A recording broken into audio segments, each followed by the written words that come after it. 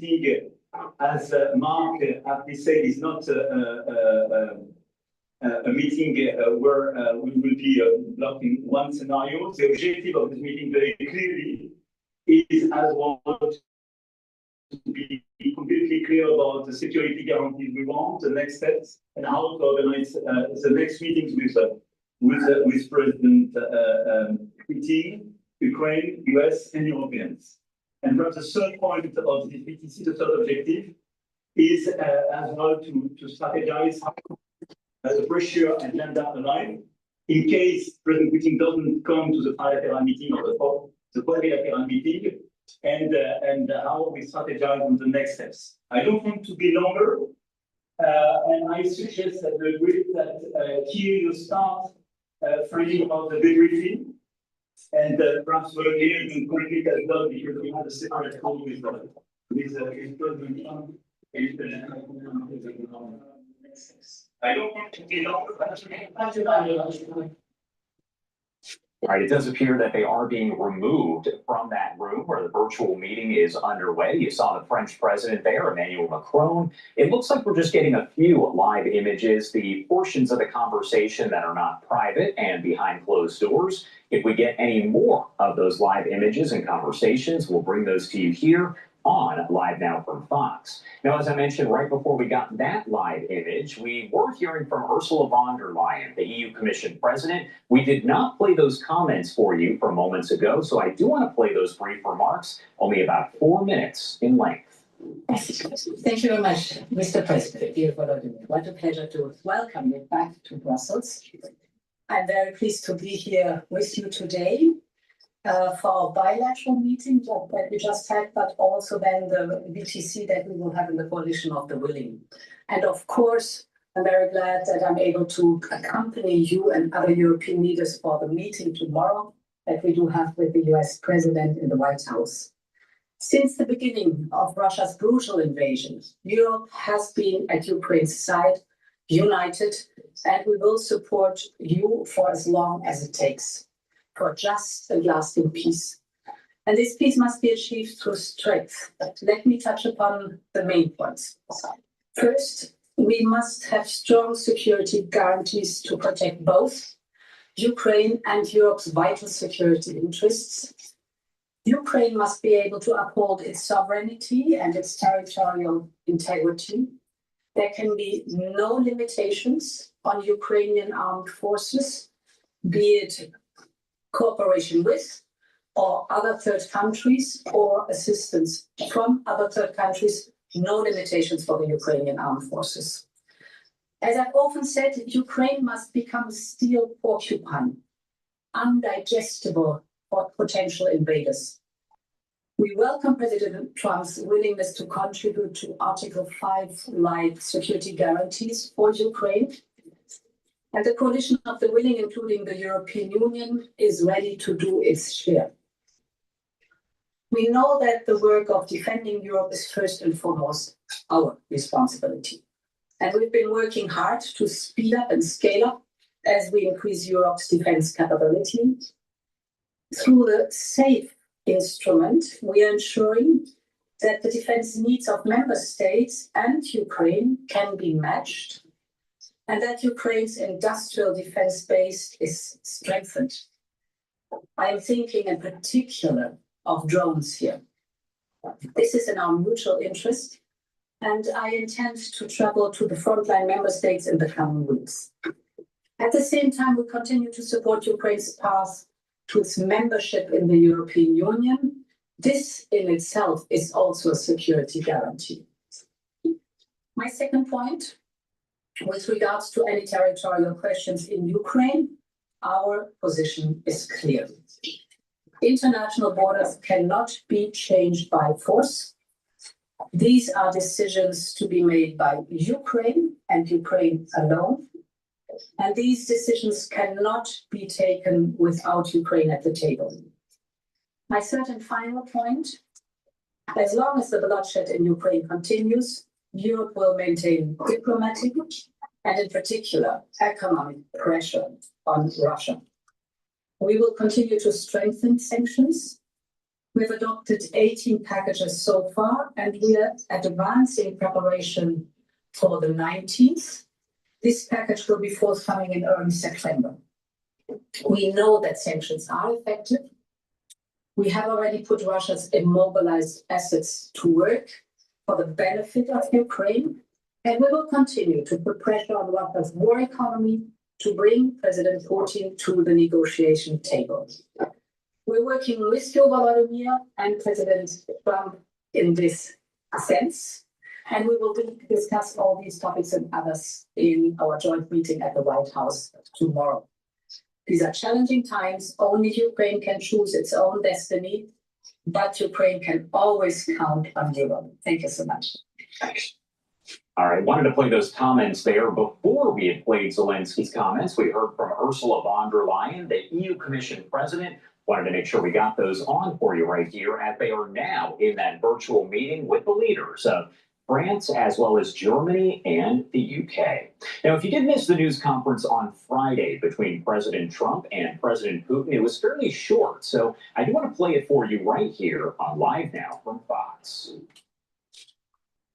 Hello, this is DrPaulCottrell, and we are live streaming on YouTube on my website, the-studio-reykjavik.com, and simulcasting on X Spaces. This is an interactive show. If you have a question, please type it in the chat, or if you're on X Spaces, you can ask for the mic and you can give me your perspective on the summit, what you think is going on in the world in terms of the Ukrainian war. Again, this is an interactive show. Please join. We are doing the live stream on August 17th. I will also replay this on the different channels I have. I have 4 channels on YouTube: Brighteon, Bitchute, and Rumble. Please follow me on all those channels. It's very important. So please subscribe to all those channels. I'd like to say thank you to the domestic audience for joining and also contributing to the show, and to the international audience. I have a lot of international viewers, so thank you very much. If you'd like to help support the work that I do, all these videos are for free. Please share the links, ask your social media to follow me.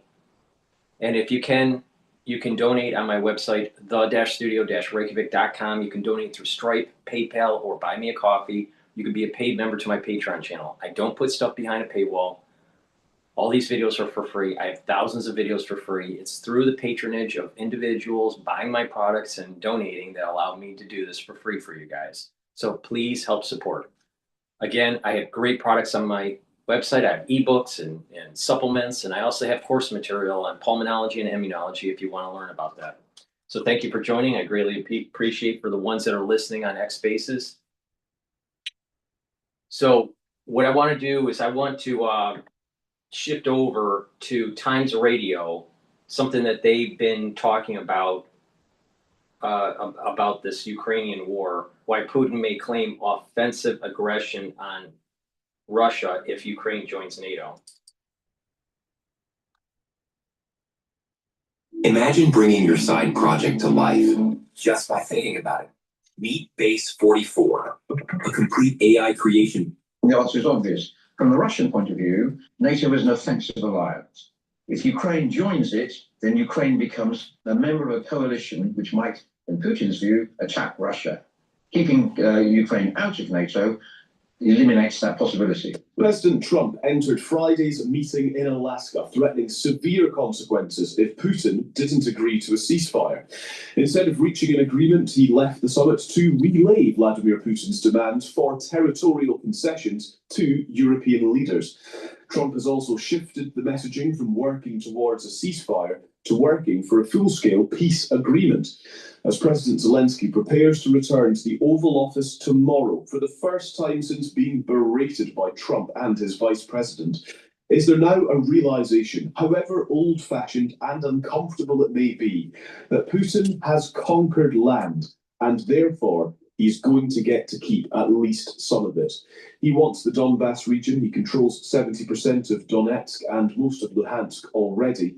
The coalition of the willing nations, including the UK, will meet today. We will brief you on what to expect. The Sunday Times' Mark Urban outlines how Putin's strategy is more cunning than ever. Ukraine's military is overstretched, while the Russians pile troops into battle and use them as bait to expose enemy positions. The warning from a former US Marine who lives and works in Kyiv is that if Russia keeps innovating, they'll overtake the Ukrainians, who will lose any edge they've previously had. Russia's successes in raising forces and employing them more effectively is increasing the pressure on President Zelensky and has convinced Putin that it's worth fighting on for a while longer. Mark Urban will join us to tell us all about his piece and give us his fantastic insight, quite frankly, at 9:30 this morning. Also on breakfast, we'll hear from the lawyer for Lucy Letby, the nurse jailed for murdering 7 babies and attempting to murder 7 more. He's working to prove there's been a miscarriage of justice. And more than 1/3 of 18 to 24-year-olds now believe in God, up from just 16% in 2021. As ever, we always want your thoughts, your experience and your analysis, particularly on the Alaska summit, but also on the other stories we're talking about this morning. You can text us on 87222, start your message with the word Times. You can email studio@times.radio or send us a WhatsApp 0333 003 2353. Our top story this Sunday morning, European leaders who make up the Coalition of the Willing will be meeting later today, ahead of talks in Washington between President Zelensky and President Trump. Top of their agenda then, securing a concrete commitment from the US President on security guarantees for Ukraine should peace be achieved. The Sunday Times is also reporting today that European leaders may accompany Zelensky on his trip in the hope of avoiding a repeat of what happened on his first visit to the Oval Office just a few months ago. We are staying in our country, staying strong from the very beginning of the war. We've been alone, and we are thankful. I said thanks You haven't in been this allowed. cabinet. You haven't been allowed. This We cabinet. gave you, through the stupid president, $350 billion. You voted We gave for you your president. military equipment, You and your voted men for are brave, but they had to use our military. What about this? If you didn't have You our invited military equipment, You invited if me you this didn't have our military equipment, this war would have been over in 2 weeks. in 3 okay? days. I heard it from Putin. In 3 days. This is something Maybe new. less. In 2 weeks, of course, It's yes. gonna be a very hard thing to do business like this. I tell you. Makes you shudder, doesn't it? Well, Sir Tony Brenton is the former UK ambassador to Russia. Good morning to you.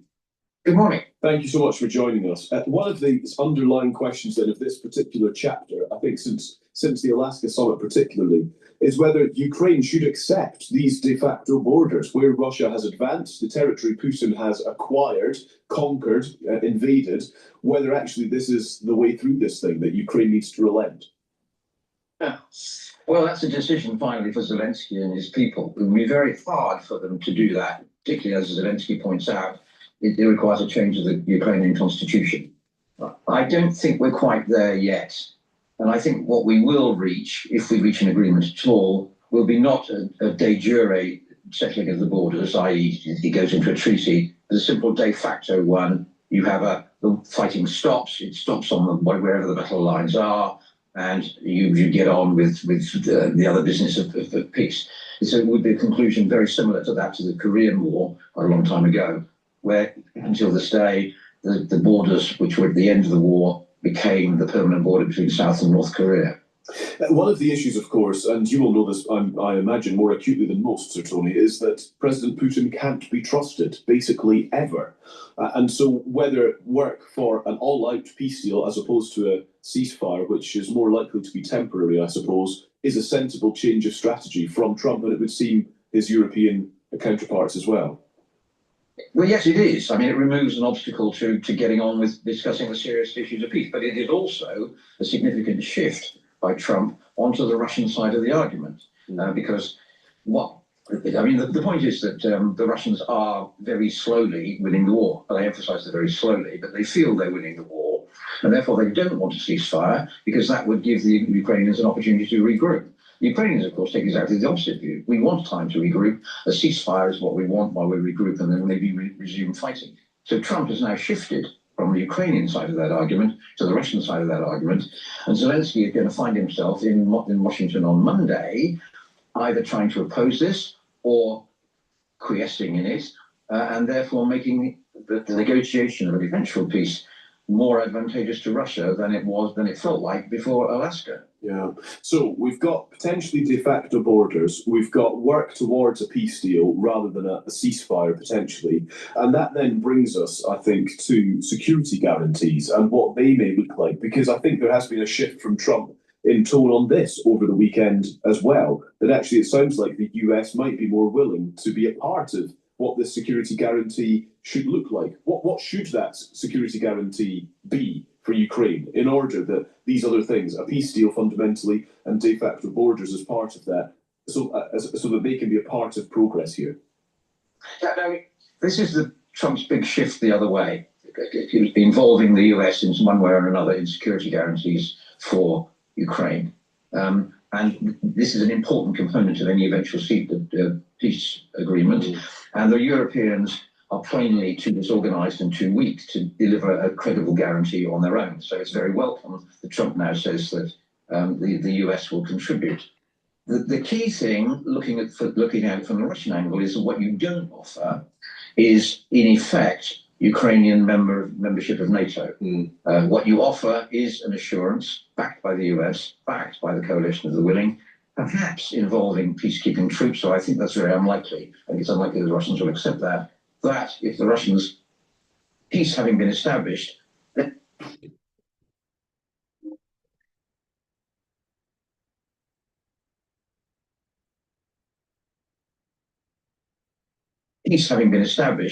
then attack Ukraine again, we will back the Ukrainians. And that must be very welcome to Ukraine, of course. Can you help us understand why that is a difference? Why formal membership of NATO is off the table, but an agreement that basically Ukraine would benefit from the same level of security as though it were in NATO would be more palatable to Putin?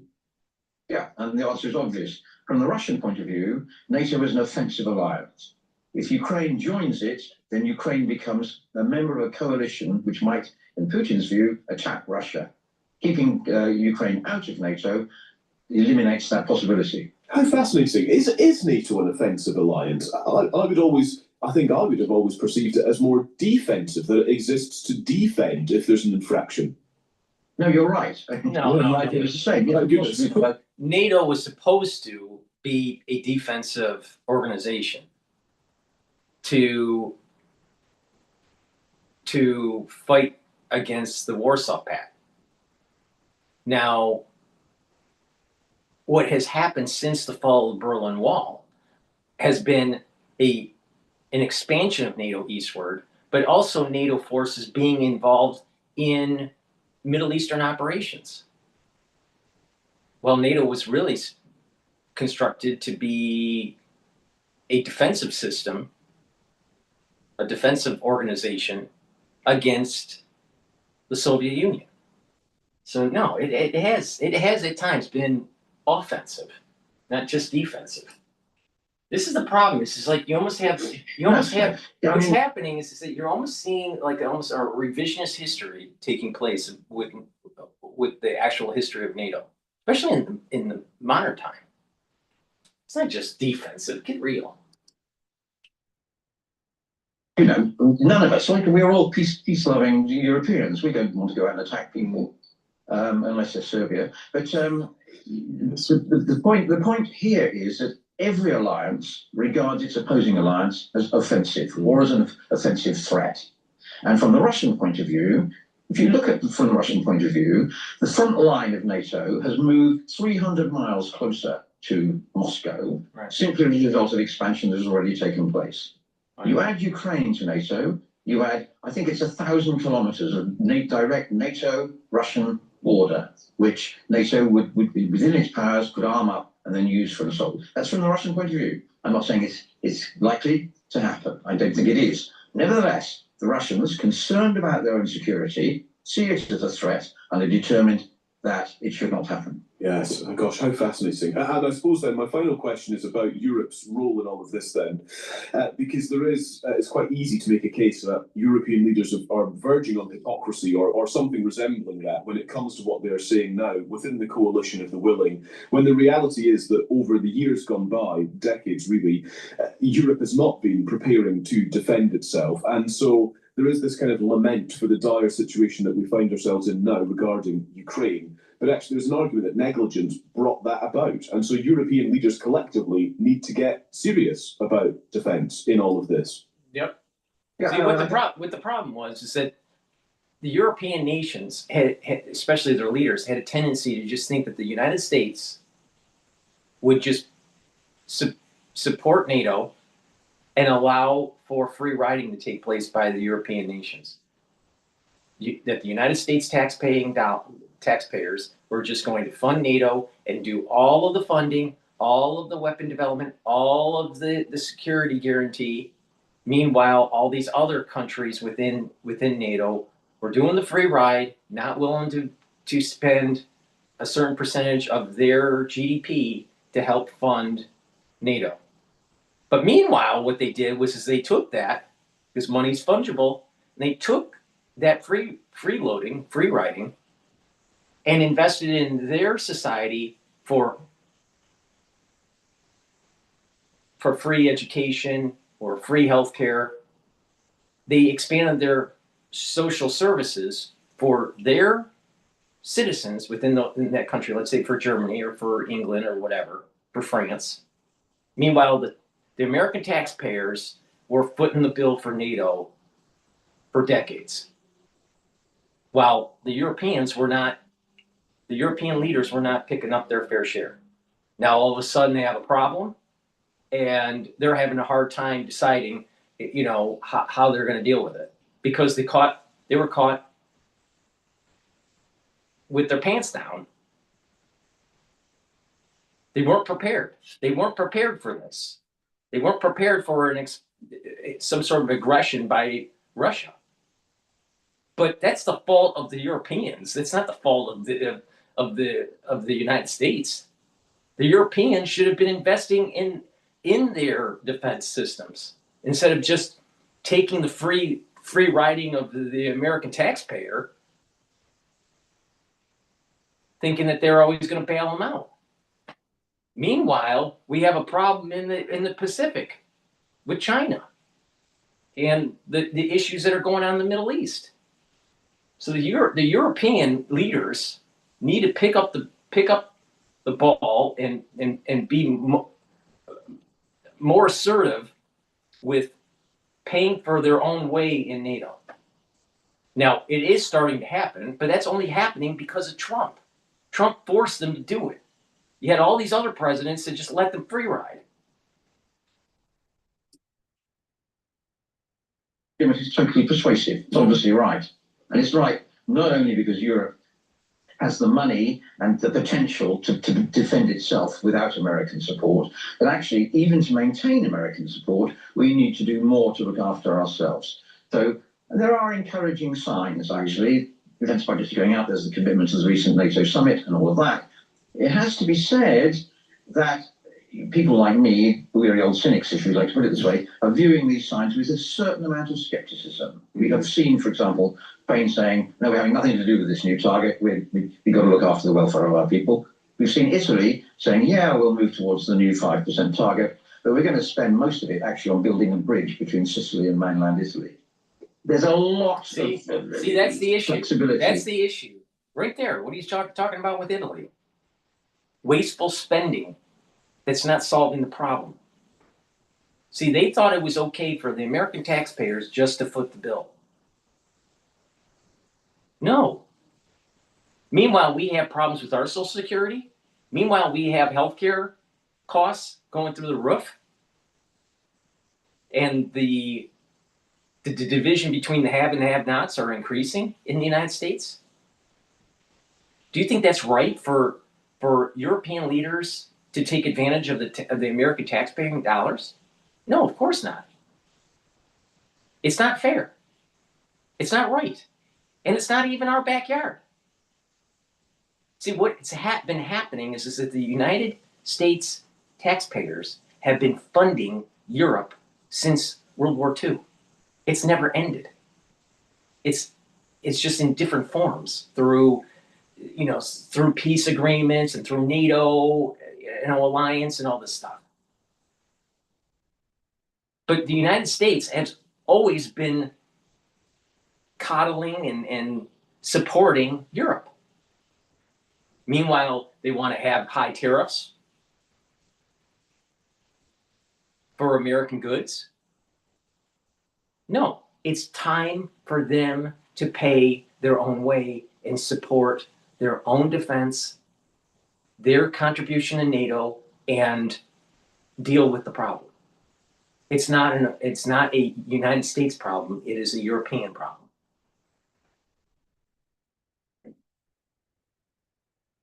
But meanwhile, you have these very socialistic countries within Europe that's just taking their money that they get from the market by selling bonds, taking the money that they have in taxes, and putting it into their society in some sort of social welfare, and not contributing their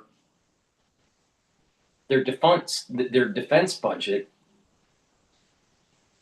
to the proper levels.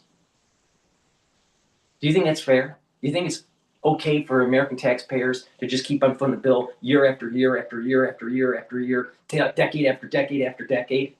Meanwhile, Europe, when they do have the money, are investing in their own society and not really willing to have defensive capability to prevent what's been going on for the last 3 years. No, it's not fair. And this is the reason why Trump kept on saying, what's the point of NATO if America is always paying for it? And that they're not doing anything. That the Europeans aren't doing anything.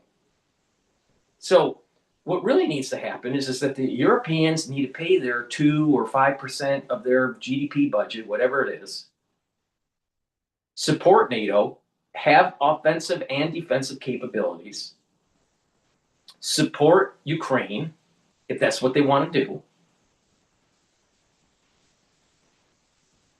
and they're going to have to tell their society, your social programs are going to have to take a back seat because we've been not focused on defensive capabilities of the country. They were in neglect. So they're going to have to tell their population, you can't have free healthcare. You can't have free education. You can't have. Because we haven't been focusing on certain aspects of national security, and now it's time that we have to. So they're going to have to tell their population to get off of the American tit.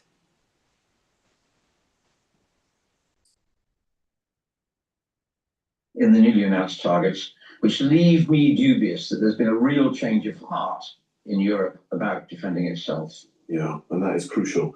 It's really good to speak to you, Sir Tony Brenton. Thank you for your time. Thank you. Sir Tony, former UK ambassador to Russia.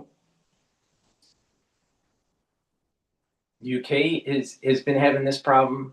The Germans have been having this problem.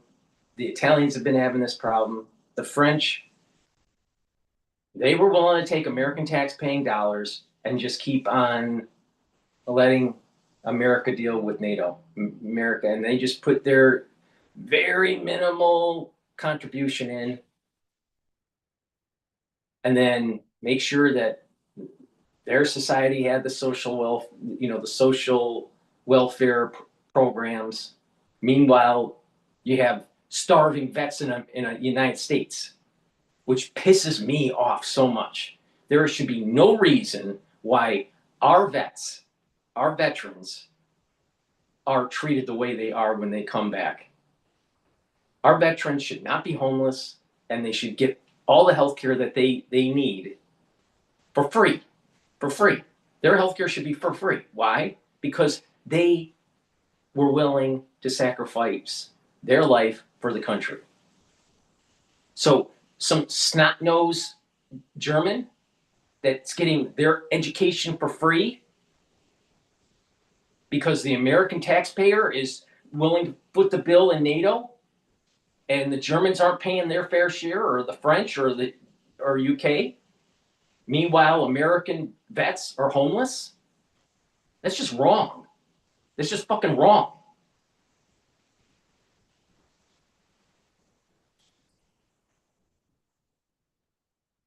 All right.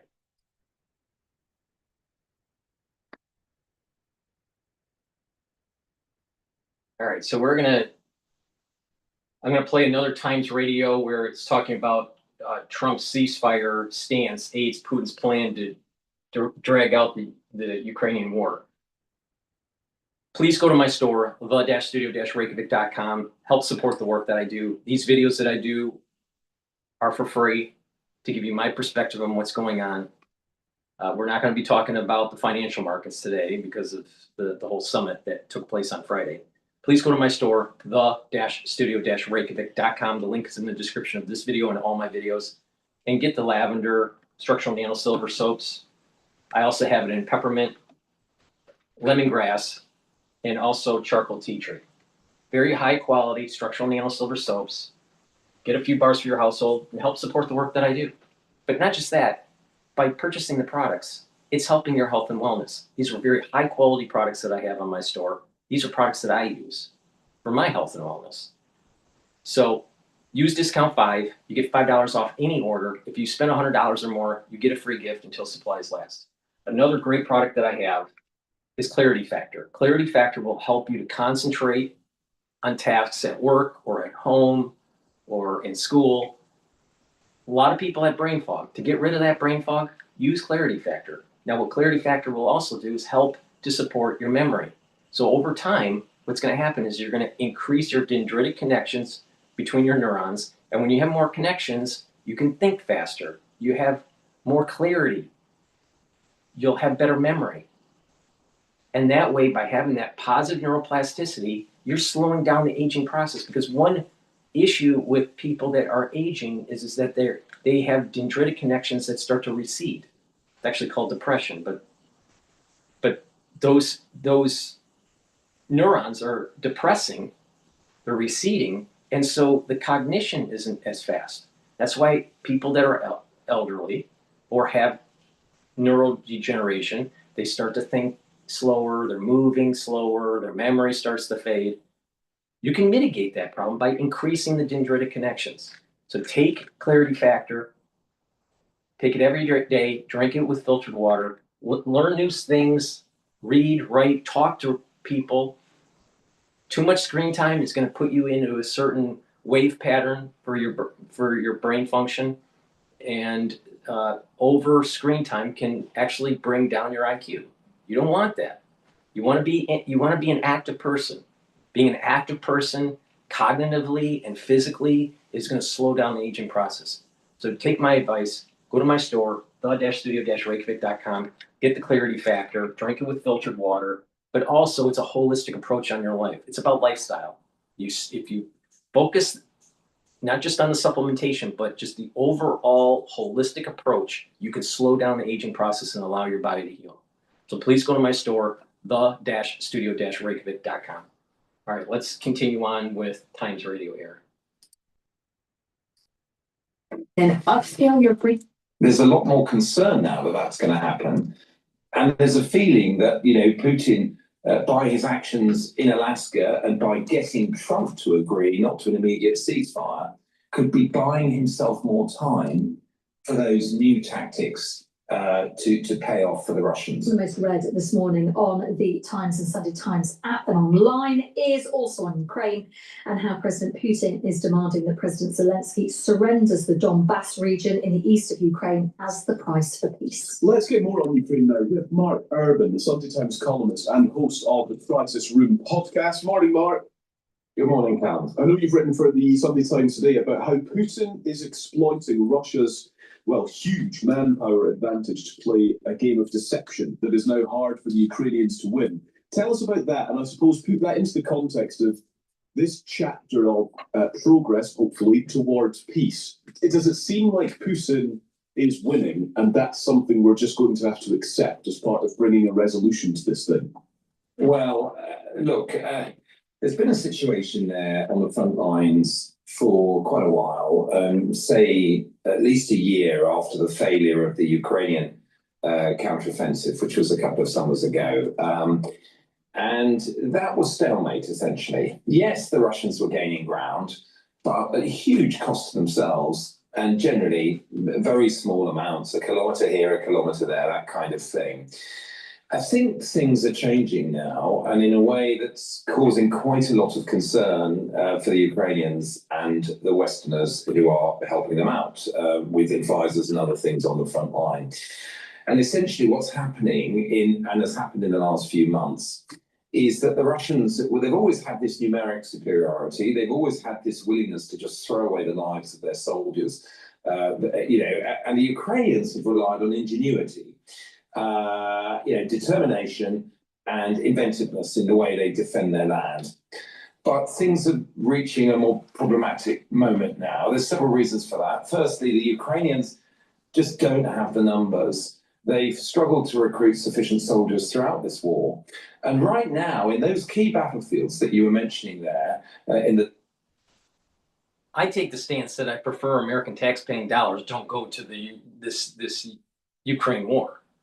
I also think that NATO was expanding too much since the fall of the Berlin Wall.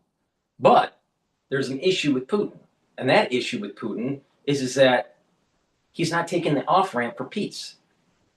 So he's taking this as opportunities to gain more of a land grab.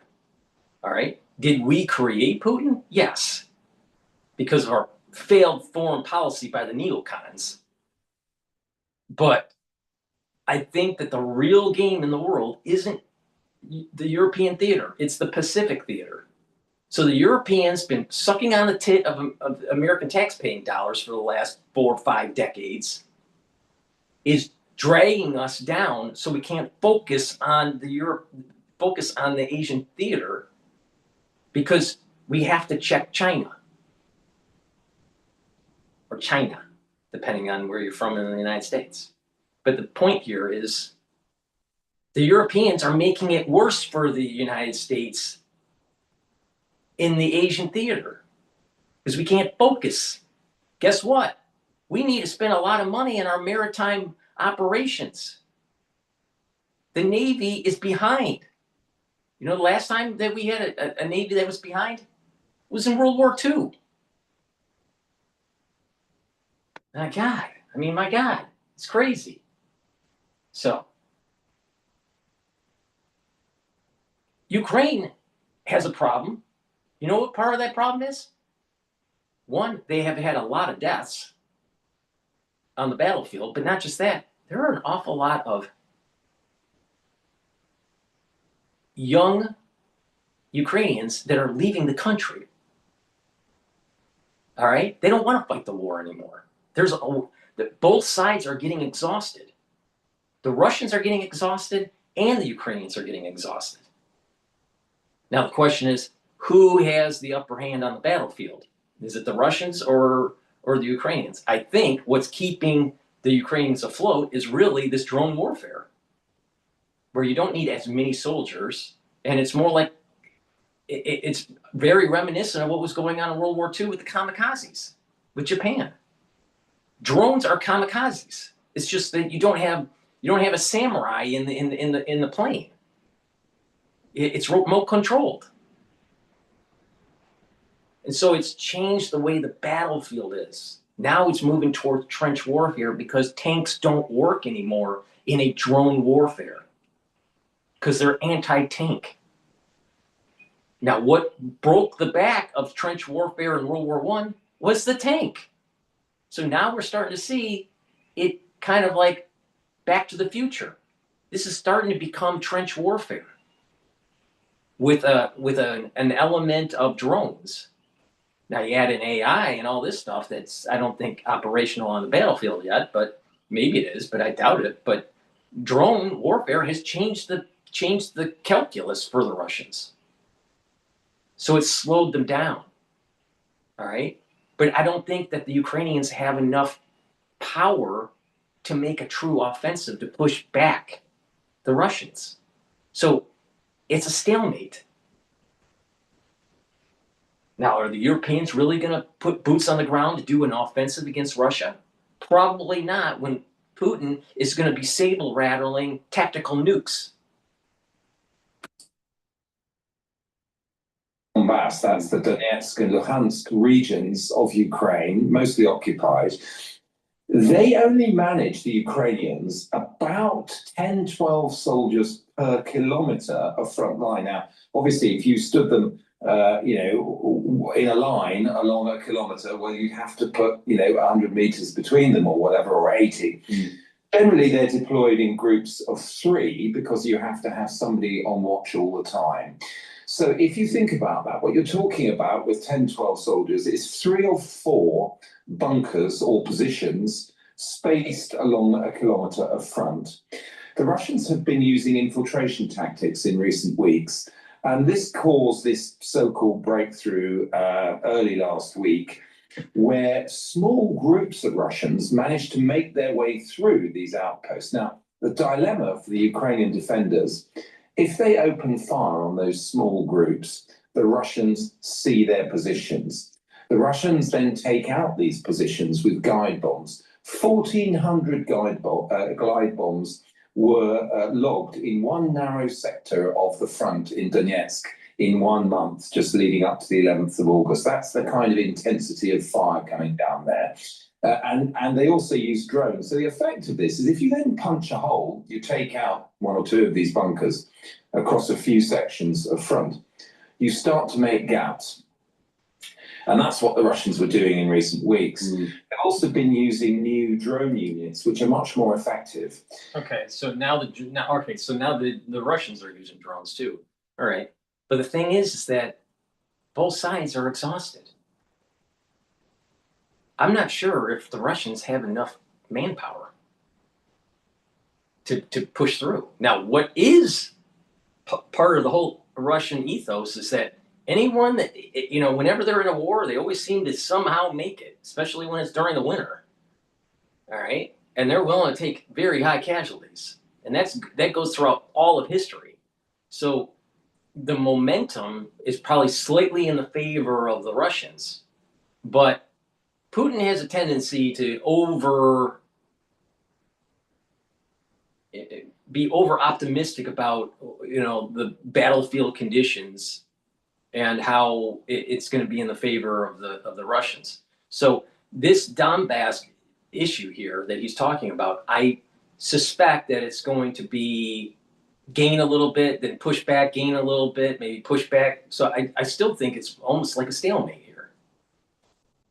But both sides don't have enough to have a true offensive along the whole border between the current Ukraine and this occupied area by the Russians. That's Ukrainian. Neither side can really truly defend the border that's starting to morph. So these developments have got people quite worried because a lot of Ukrainian effort and blood has been spent trying to hold these lines. They have been slowly but surely being pushed back in a number of places, but the rate of loss has not been great, and the Russians haven't been able to make any breakthroughs. But there's a lot more concern now that that's going to happen, and there's a feeling that Putin, by his actions in Alaska and by getting Trump to agree not to an immediate ceasefire, could be buying himself more time for those new tactics to pay off for the Russians. We heard on that note, Mark, from Sir Tony Brenton, former UK ambassador to Russia earlier, on the peace deal, which, overarching it is a good idea. Of course, the determination here is to try and find a way towards peace, so fine. But he described it as a shift onto the Russian side of the argument. Would you share that analysis? See, I think the problem with the United States, before Trump went to the summit, Trump was stating to the world, and especially the financial markets, that further sanctions were going to take place, and that they were going to be they were going to be secondary sanctions, and that would be on China and on India. All right. So there was a little bit of a concern in the financial markets because of this, because of the other tariffs that are added to India and China. So we've already sanctioned Russia to hell. All right. So there's not much left there. But going after countries that purchase their oil or countries that purchase their weapons like India or countries that help with the war effort for Russia could be tariffed and sanctioned. All right. The problem comes in is that it's those additional sanctions or tariffs on Russia, on China, and on India cause such turmoil that in the financial markets that it's not a good quote weapon to use or a tool to use to try to choke off Russia. So I think what's happening is that Trump is talking to the Saudis, and the Saudis are trying to bring down Brent crude. So Brent crude is starting to sell lower. It's in WTI. So that's the US side of oil trading. So Brent crude and WTI crude are selling lower, below their recent trading range, to try to reduce the amount of money that Russia is getting on the black market from China and India. So if Brent is trading at 65 and Russia is selling it at, let's say, 55, right? There is this arbitrage that India and China are getting. But the lower you bring that down, then that less of an arbitrage and less money will be actually going to Russia. So there's an oil play that's going on here. And I think that the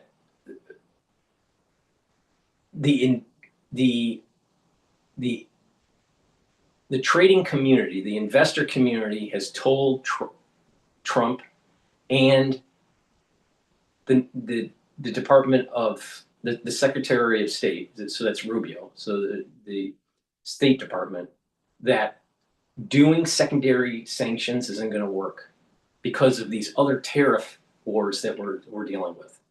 So there's a two front thing going on with Trump: tariff war and the secondary sanctions that he can't. He's limited on what he can do. All right, so he's working with the Saudis to try to bring down oil. What's OPEC Plus doing? They're raising production. All right, so they're trying to drive the price down. Now, I watch oil markets very closely. This is the take that I think is happening. All right, so instead of Trump doing the secondary sanctions, he's trying to drive down the oil. Okay, now before Trump went to the summit, he kept on bolstering, we're going to do secondary sanctions and we're going to be more forceful. Investor community says, well, wait a minute, you can't do that. I'm sure Bassin, sat down Trump and said that might be a problem. I'm sure Lugnick said, that's starting to become a problem maybe with the tariffs with India and China already. All right, may cause problems with the bond market. At the same time, what happened with economic data, inflation is starting to slightly creep up in the PPI, not so much on the CPI index, but the PPI seems to be creeping up. Annualized inflation for this year is projected to be 3.1 or 3.33. Expectation is 3.9 from the University of Michigan data. So all of these points of data are telling Trump, you have to be very careful about the secondary sanctions. So he's at the summit. He's seeing that Putin is willing to back off, and that he wants, quite a bit of territory that has been gained during this war, especially the Donbass region. And Trump's seeing, well, wait a minute here, this is not going to be a ceasefire, and that this is going to the can is being kicked down the road, and there's going to be this trying to get a peace agreement, which is harder than actually a ceasefire. So Trump gets a pass by saying, well, I'm working with Putin, And we're trying to do a peace agreement. So we're not going to do secondary sanctions, even though Trump said he was going to do the secondary sanctions. So what has happened is that now the summit has been a success for Trump in Trump's eyes because he got out of a situation where he painted himself into a corner. He said he was going to do secondary sanctions on India and China, and he really can't. And he uses the summit as a means to, I'm pursuing peace, and we're going to try to go down the road of a peace agreement. But we have to work with the Europeans and Ukrainians. So now no one's talking about secondary sanctions. See, Trump said something and couldn't really do it because the powers that be basically said this ain't going to work. And now he had to back off and save face. And that is an element of the summit. So in a way, it was successful. He's mastered the marketing of pursuing peace, and he was able to back off on the secondary sanctions on India and China. So that's, I think, behind some things that are behind the scenes, because there's an economic element to this. Now, by saying that there's going to be security, that there's going to be a security agreement, NATO-like security agreement, that the United States is going to help with Ukraine, that seems probably a bit offensive towards Russia. So Putin's going to say, well, wait a minute, now this is starting to, become a little bit more aggressive. Now the question is, will Putin see if Trump is playing chicken or not? My take on this, and I've been a supporter of Trump for all three go-arounds for the election. Trump has always chickened out when it came to having to go kinetic. Now, people would say, that's not true. He bombed the nuclear facilities. He didn't knock out the defense systems. It was Israel that knocked out the defense systems. That was the harder part of the operation. See, the Israelis did it, knocked out the defense systems in Iran, so the B-2 bombers can come in. Those B-2 bombers probably would have been blown up if it wasn't for the defense systems to be knocked out. So the reality of the situation is Trump will only do something if it's like low risk. The Houthis, when he was bombing the Houthis, they're literally in the Stone Age. And we kept on bombing and bombing and bombing. And then he says that he had some sort of a peace agreement saying that they want, a ceasefire. That wasn't the case. What the reality of the situation was is that the bombs that we were dropping were so expensive and we had a low supply of them that we couldn't afford bombing them anymore. Literally can't afford it, and we didn't have enough in our inventory. That was the real story. And then you don't hear anything about the Houthis now. So you really think that Trump is going to go toe-to-toe with Putin? So Putin knows this. So Putin is going to say, you know what? Trump always chickens out. He chickened out on the tariffs. He's chickening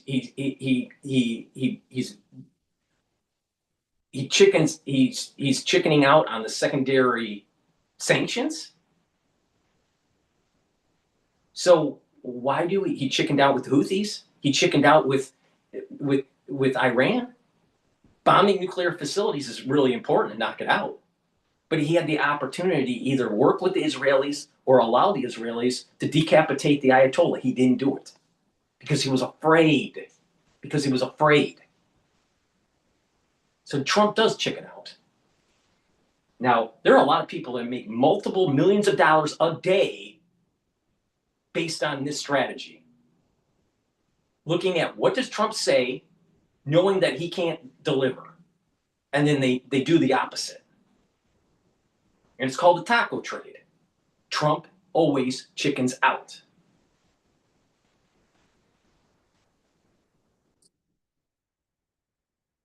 Interesting the way the issue of a ceasefire has kind of yawed back and forth during this war. If you go back a while, late 22 through 2023, Zelensky was against a ceasefire because he felt that it would stop him regaining those occupied parts of his country.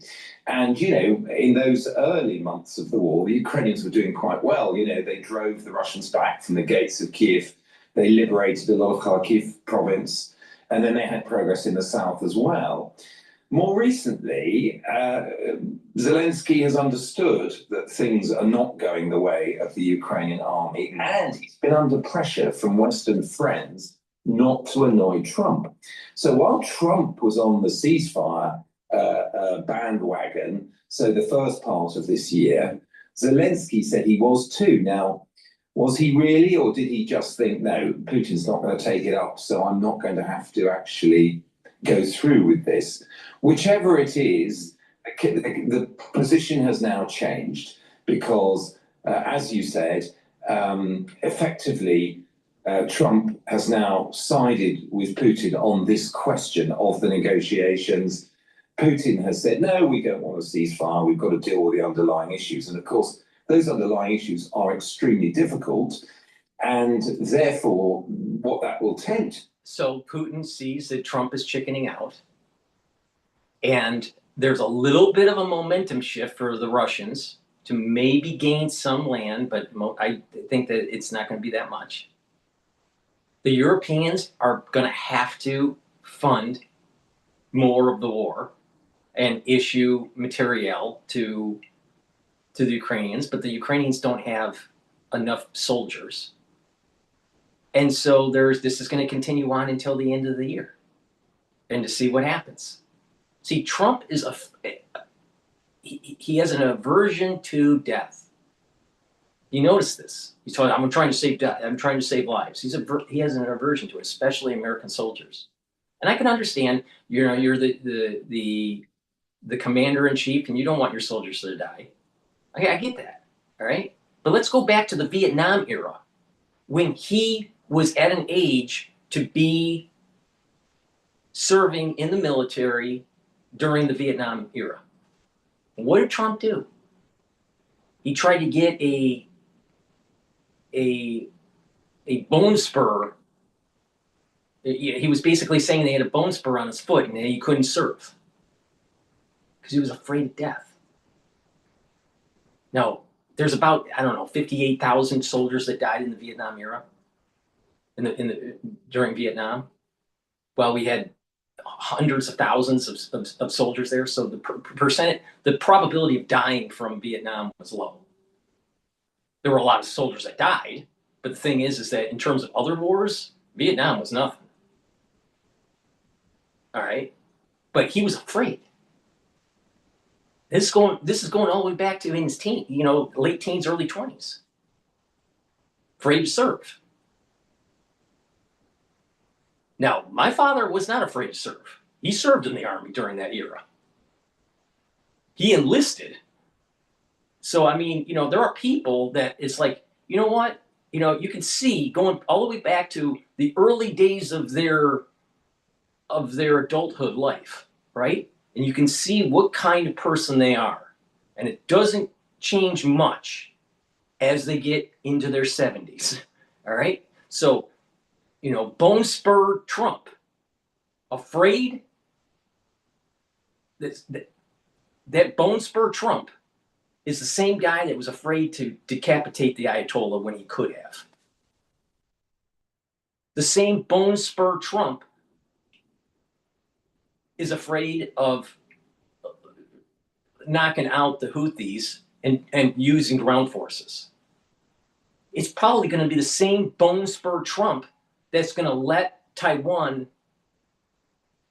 fall into the hands of the Chinese. Now, I'm not that far off from the truth here on the psyche of Trump. He has a risk aversion to death. Now, that doesn't mean that, we should take, uncalculated risks. But literally in the palm of our hand, we could have destroyed the Ayatollah in Iran and stopped the theocratic fucking regime there. And he didn't do it. which was stupid. It's just as stupid as Bush Sr. not killing Saddam Hussein during the Gulf War. Bone spur Trump. Now, again, I support Trump. I voted for him 3 times. I'm all about America first. I'm all about, rebooting America, especially its manufacturing. And I also believe in a strong military.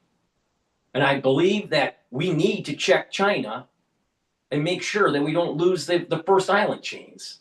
That doesn't just affect us, that affects South Korea, that affects Japan, that affects the Philippines. That even affects the Aussies.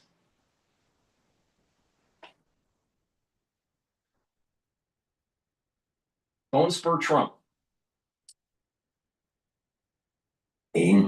Is you're going to need a lot more time to negotiate the fundamentals, even assuming you can do that successfully, and time is on the Russian side. Yeah. So that's the really difficult position that comes out of this summit.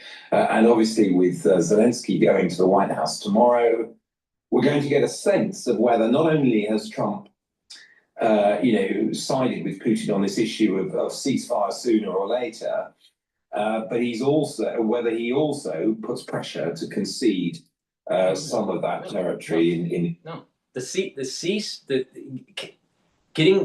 not focusing on the ceasefire and just doing the peace agreement opened up the opportunity for Trump to save face because he couldn't do the secondary sanctions on India and China.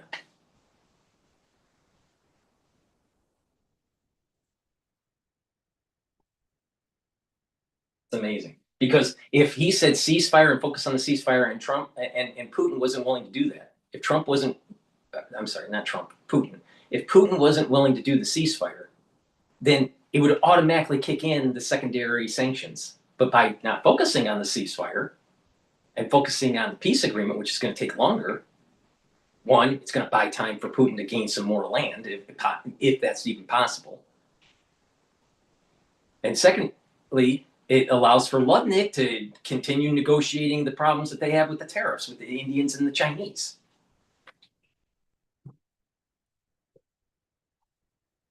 To be Ukraine. Yes, and I want to ask you about this too, because I just felt reading around this morning that there's almost an unshakable, developing, growing consensus that actually this is just the inevitable result of war, that somebody who invades in the way Putin has and occupies land, comes close to conquering whole regions and areas, that actually the reward, in inverted commas, for the invader is that they keep the land. That is the tale as old as time itself of war. That is the purpose of what Putin has been doing here. And so any peaceful outcome and resolution will result in him keeping some of that. Yep. There is just an inevitability, and is now the time for that to be accepted, primarily by Zelensky, also by his allies and supporters. Are we at that point? Almost. Good Lord. The dream was travel and freedom, but the reality is just work in different time zones. You know what ruins a vacation? It's not the flight delay or the overpricing. Good Lord. Well, when you say it's a tale as old as time, oddly enough, I just on a video for the Times YouTube channel about the rules, the so-called rules-based order. Now, broadly speaking, between the end of the Second World War and, well, when would we judge it? Maybe 2014, when Putin moved his people into Crimea and annexed Crimea, part of Ukraine as well. The accepted principle was you don't solve territorial disputes by force. In a way, that was the big learning of the Second World War, that if you let someone like Hitler get away with what was going on in the late 1930s of gobbling up bits of his neighbours that he wanted to take over, you're going to have just a bigger war, a bigger conflict. And so for a long time after the Second World War, certainly as far as the superpowers were concerned, there were wars in parts of the world. Those were the rules. Now, when you say a rule as old as time itself, it is clearly right that historically countries grew or lost territory through conquest, defeat, all the rest of it. I think the big problem for the Ukrainians, and this has been evident since the failure of their counteroffensive, which is actually pretty much 2 years ago now, is that they cannot retake those lost lands. So that's about 20% of Ukraine that's occupied by the Russians.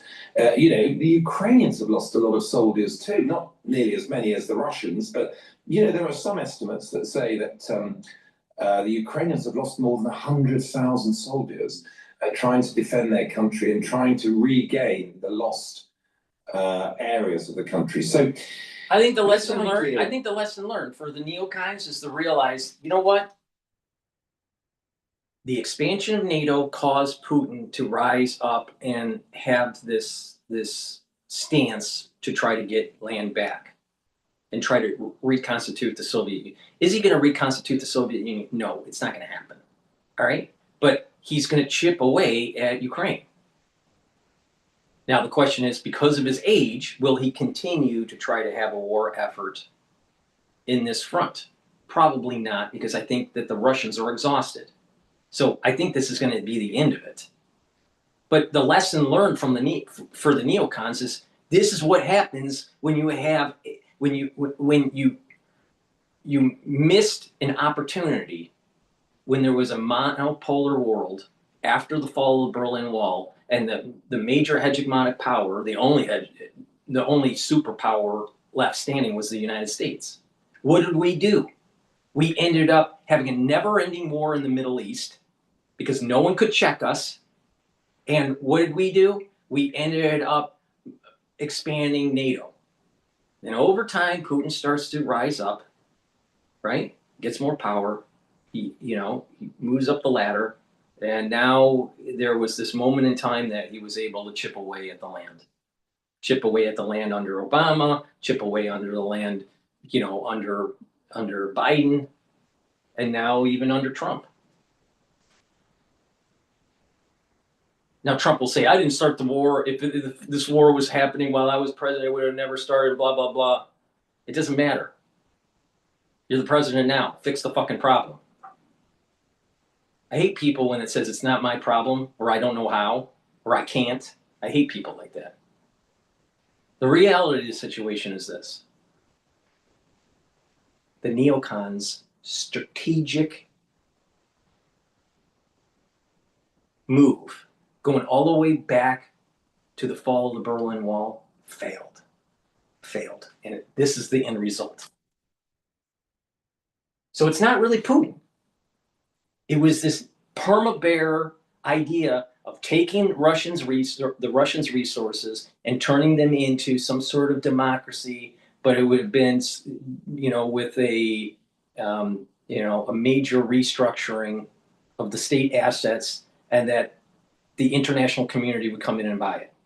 What really happened was there was the Russian Federation. There was the kind of like a retooling of the KGB under the FSA, I think it's called.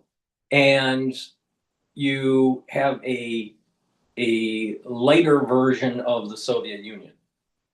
All right, that's a little bit more open society, but not fully integrated into the world economy, run by a KGB guy. All right, that's not what the United States wanted. With the state assets were sold off to the oligarchs. What the United States really wanted was Western powers in the private sector buying those assets. But that didn't happen. So the whole neocon strategy against Russia post-Berlin Wall falling has been a failure. They should have had more open arms, and try to integrate them into the economy in a peaceful way, instead of always thinking that Russians are bad. Look around the corner, Russians are bad. This is the problem with the intelligentsia on the East Coast in the United States. They teach this crap in these elite schools that Russia is always going to be some sort of adversary to the United States constantly. And so we created Putin because of that. We sent signals going all the way back to 91 that this was it. And meanwhile, you fast forward to 2025 and we're going to have a fucking war with China.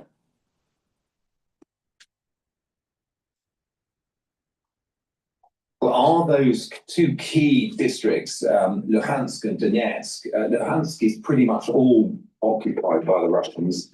Donetsk is largely so, and it's the rest of it. It's the kind of unoccupied part of that province that Putin is now demanding. You know, it's really amazing. It's really amazing. These historians and international affairs gurus, you know, they're always so focused on the small pots, the small details of the Donbass region and all this crap. And they're not looking at the 50,000 foot level on what actually has transpired in the last 40 years.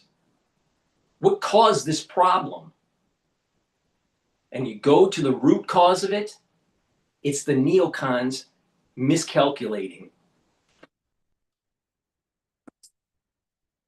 Pots. Position, but the Donbass is largely gone. So that is the terrible question for Zelensky. Does he accept that as a fait accompli? Ukrainian public opinion is still strongly against that. If he accepts it in talks, does he basically finish himself politically? And is there a way of kind of trying to sort of square the circle there? So, for example, he doesn't have to accept that Russia is now the sovereign power in those two parts of Ukraine, but simply the fact that they occupy those two parts. Would that be enough? Would it be enough for him to accept a sort of 99-year Russian occupation of those parts of Ukraine? Those are the sort of formulas that the diplomats have been trying to get traction with in recent months. That the basic fact contained in your question, that those provinces are gone and the Ukrainians don't have the means of reconquering them by military force, is a given. Mark, it's so fascinating to speak to you. It's always great to hear from you and to watch you, indeed, on the Times YouTube channel. And there's not enough commentary out there that is focused on how the neocon strategy failed the last 40 years. Please go to my store, the-studio-reykjavik.com, and get the Good Night Formula. Good Night Formula is tryptophan, melatonin, passion flower, and GABA to help you get into 5 cycles of REM sleep so you can detoxify your body, be well rested in the morning, and consolidate memory. If you're sleep deprived chronically, you are increasing your chances of early onset of dementia. So it's very important to get a good night's sleep. Now, by having good sleep on a regular basis, you're going to actually notice that you're aging slower. So part of the anti-aging protocol is actually to be well rested, and not too much sleep. But if you're not getting enough sleep, you're not detoxifying your central nervous system. That's a fact. Now, omega-3 brings down systemic inflammation and helps with your lipid profile. It's a great way to help to lower your LDL levels and increase your HDL levels. By lowering your LDL levels, you're reducing the chances of LDL being oxidized, and oxidized LDL leads to plaque. So if you're reducing oxidized LDL, you're reducing your chances of plaque formation. Vitamin C and magnesium zinc, great stack to help boost up your immune system. But magnesium also helps with brain function. You are going to know people in the near term here, within 5 years, of early onset of dementia. And I'm not talking about people just in their geriatric years. I'm talking about people that are in their 40s. It's coming. I've told you why. Part of it's because of lifestyle. Some of it is because of exposure in the environment. And others, it's because of what we went through in 2020. So please go to my store, the-studio-reykjavik.com. Cleanse is a solution that you take a teaspoon, swish in your mouth, gargle, 20 seconds, 30 seconds, swallow. What this does is boost up the immune system. It helps with the epithelial lining in your oral cavity and your oral pharynx, helps with the mucosal barrier. It's going to boost up that immune system. If you're not feeling well or people around you are not feeling well, make sure you take a tablespoon or 2 a day, and then go back to your maintenance dose of a teaspoon a day. But take it every day. I've been taking max 35 or max 14 or cleanse for the last more than 5 years every day. So please go to my store, the-studio-reykjavik.com. Make sure that you use discount 5. You get $5 off any order. If you buy $100 or more, guess what? You get a free gift. All right. Let's listen to Marco Rubio. So you think you know Wix? Do you really? First up, we've got shape video masks. You can use different shapes. Joining me now is Secretary of State and National Security Advisor Marco Rubio. Secretary Rubio, welcome back to Meet the Press. Thank you.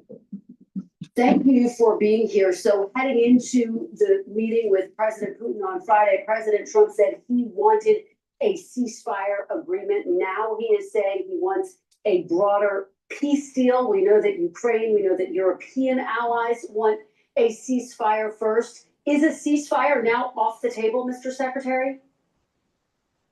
No, it's not off the table. I think what the president said, in fact, you just read it on the air a few moments ago, it was agreed to by all that the best way to end this conflict is through a full peace deal. There's no doubt about that. I mean, who would be against the fact that tomorrow we came to you and said, we have a full peace deal and it's done? I think that's the best way to end the war. Now, whether there needs to be a ceasefire on the way there, well, we've advocated for that. Unfortunately, the Russians, as of now, have not agreed to that. But the ideal here, what we're aiming for here is not a ceasefire. What we ultimately are aiming for is an end to this war. Well, I want to drill down on that exactly and what happened, because as you just heard before the meeting with President Putin, President Trump warned there would be, quote, very severe consequences for Russia if it didn't stop the war. Here's a little bit more of what he said on the plane ride over. Take a look. I want to see a ceasefire rapidly. I don't know if it's going to be today, but I'm not going to be happy if it's not today. So what exactly changed? Is it that Putin would not agree to a ceasefire? Well, first of all, the Russians are already facing very severe consequences. There's not a single sanction that's been lifted. And not one. I mean, they're facing all the same sanctions that have been in place today. All the American support continues for Ukraine. And ultimately, look, if we're not going to be able to reach an agreement here at any point, then there are going to be consequences. Not only the consequences of the war continuing, but the consequences of all those sanctions continuing and potentially new sanctions on top of it as well. But what we're trying to do right now is end the war. And in order to end the war, you've got to give every opportunity that exists. You have to be open to any opportunity that exists to bring it about. And here's the thing to remind everybody. And when the president says this is not our war, but let's be frank, this is not our war. The United States is not in a war. Ukraine is in a war. We've been supporting Ukraine. We happen to be in the role of the only country in the world, with the only leader in the world, that can actually bring Putin to a table to even discuss these things. Now, the president has traveled, all the way to Alaska, all the way back, has dedicated months and months of work, him, our entire team on this matter, because we want to see an end to the war.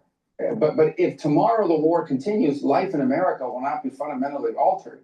So I think that what we have to understand is that this has been a priority for this president because he wants to promote peace. He wants to promote the end of a war. And I think we should be happy that we have a president that's trying to promote peace and bring a war to an end.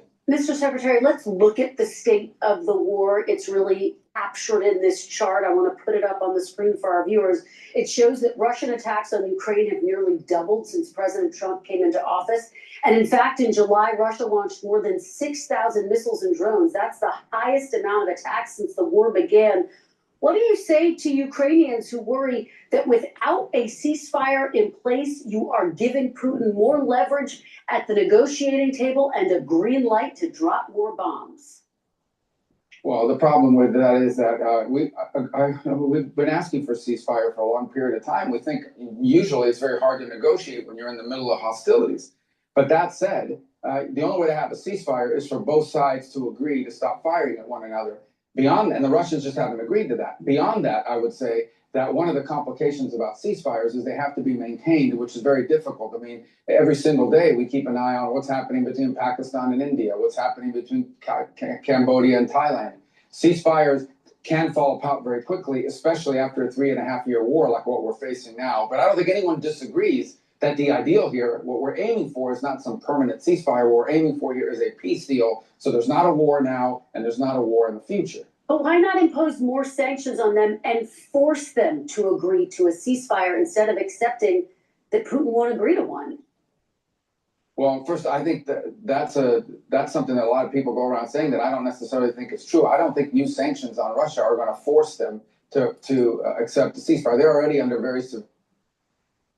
Russia already has sanctions on them, and any further sanctions are going to do very little. This is the reason why Trump was talking about secondary sanctions. The problem with that is that you have the tariff war that's on top of it that causes problems for the financial markets.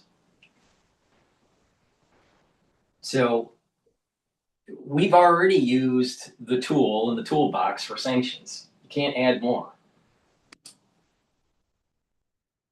Sanctions. I think that should be, you could argue that could be a consequence of refusing to agree to a ceasefire or the end of hostilities. But there is no evidence that more sanctions, because sanctions take months and sometimes years to bite. And we may very well wind up in that place. I hope not, because that means that peace talks failed. But we have to give every opportunity for peace a chance in this particular case. And that's what we're trying to do here. And so those options remain to the president. The minute he takes those steps, all talk stop.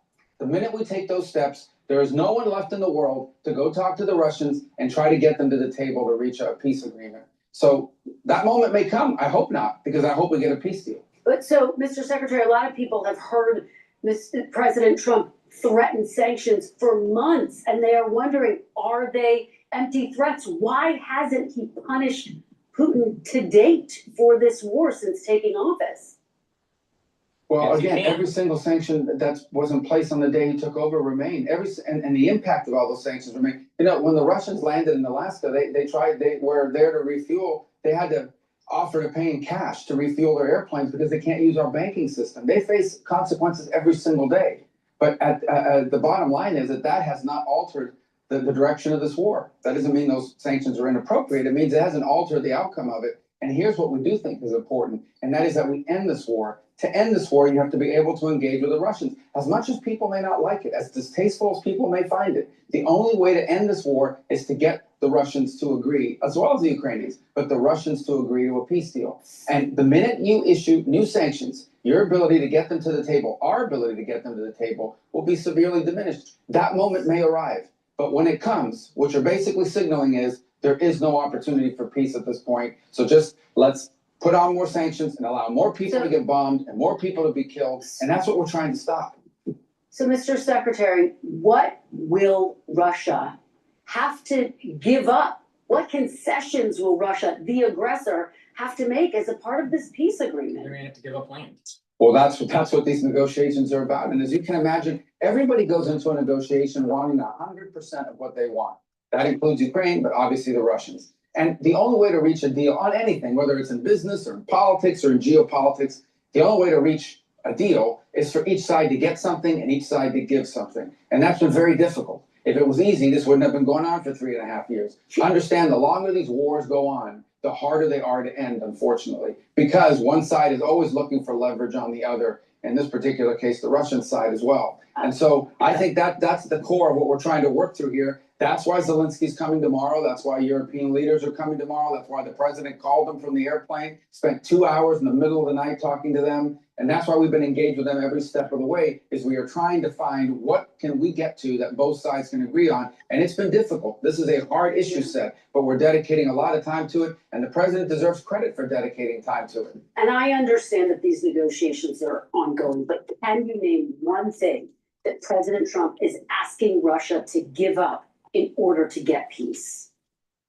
Well, I'm not going to disclose those things, because if we do, then you can imagine our negotiations could fall apart. These negotiations, look, I know everybody wants to know what's happening, and to a certain degree that's important. But what's more important is that these negotiations work. And for us to run to the press, like you see these leaks sometimes that are completely inaccurate, and in many cases, sometimes you see leaks out there that undermine the negotiations. Okay, these negotiations, in order for them to be successful, require for us to allow both sides to agree to potential concessions or discuss potential concessions without it finding its way in the public sphere and creating all kinds of internal problems for one country or the other country. So here's the bottom line. We all know what the elements of such a deal. There has to be talk about what the territories are going to look like and what the border lines are going to look like at the end of this conflict. There has to be talk about Ukraine's legitimate desire for security in the long term to make sure they don't get invaded again. There has to be talk about how Ukraine is rebuilt. And how do you rebuild a country that's been attacked as often as it has over the last 3.5 years?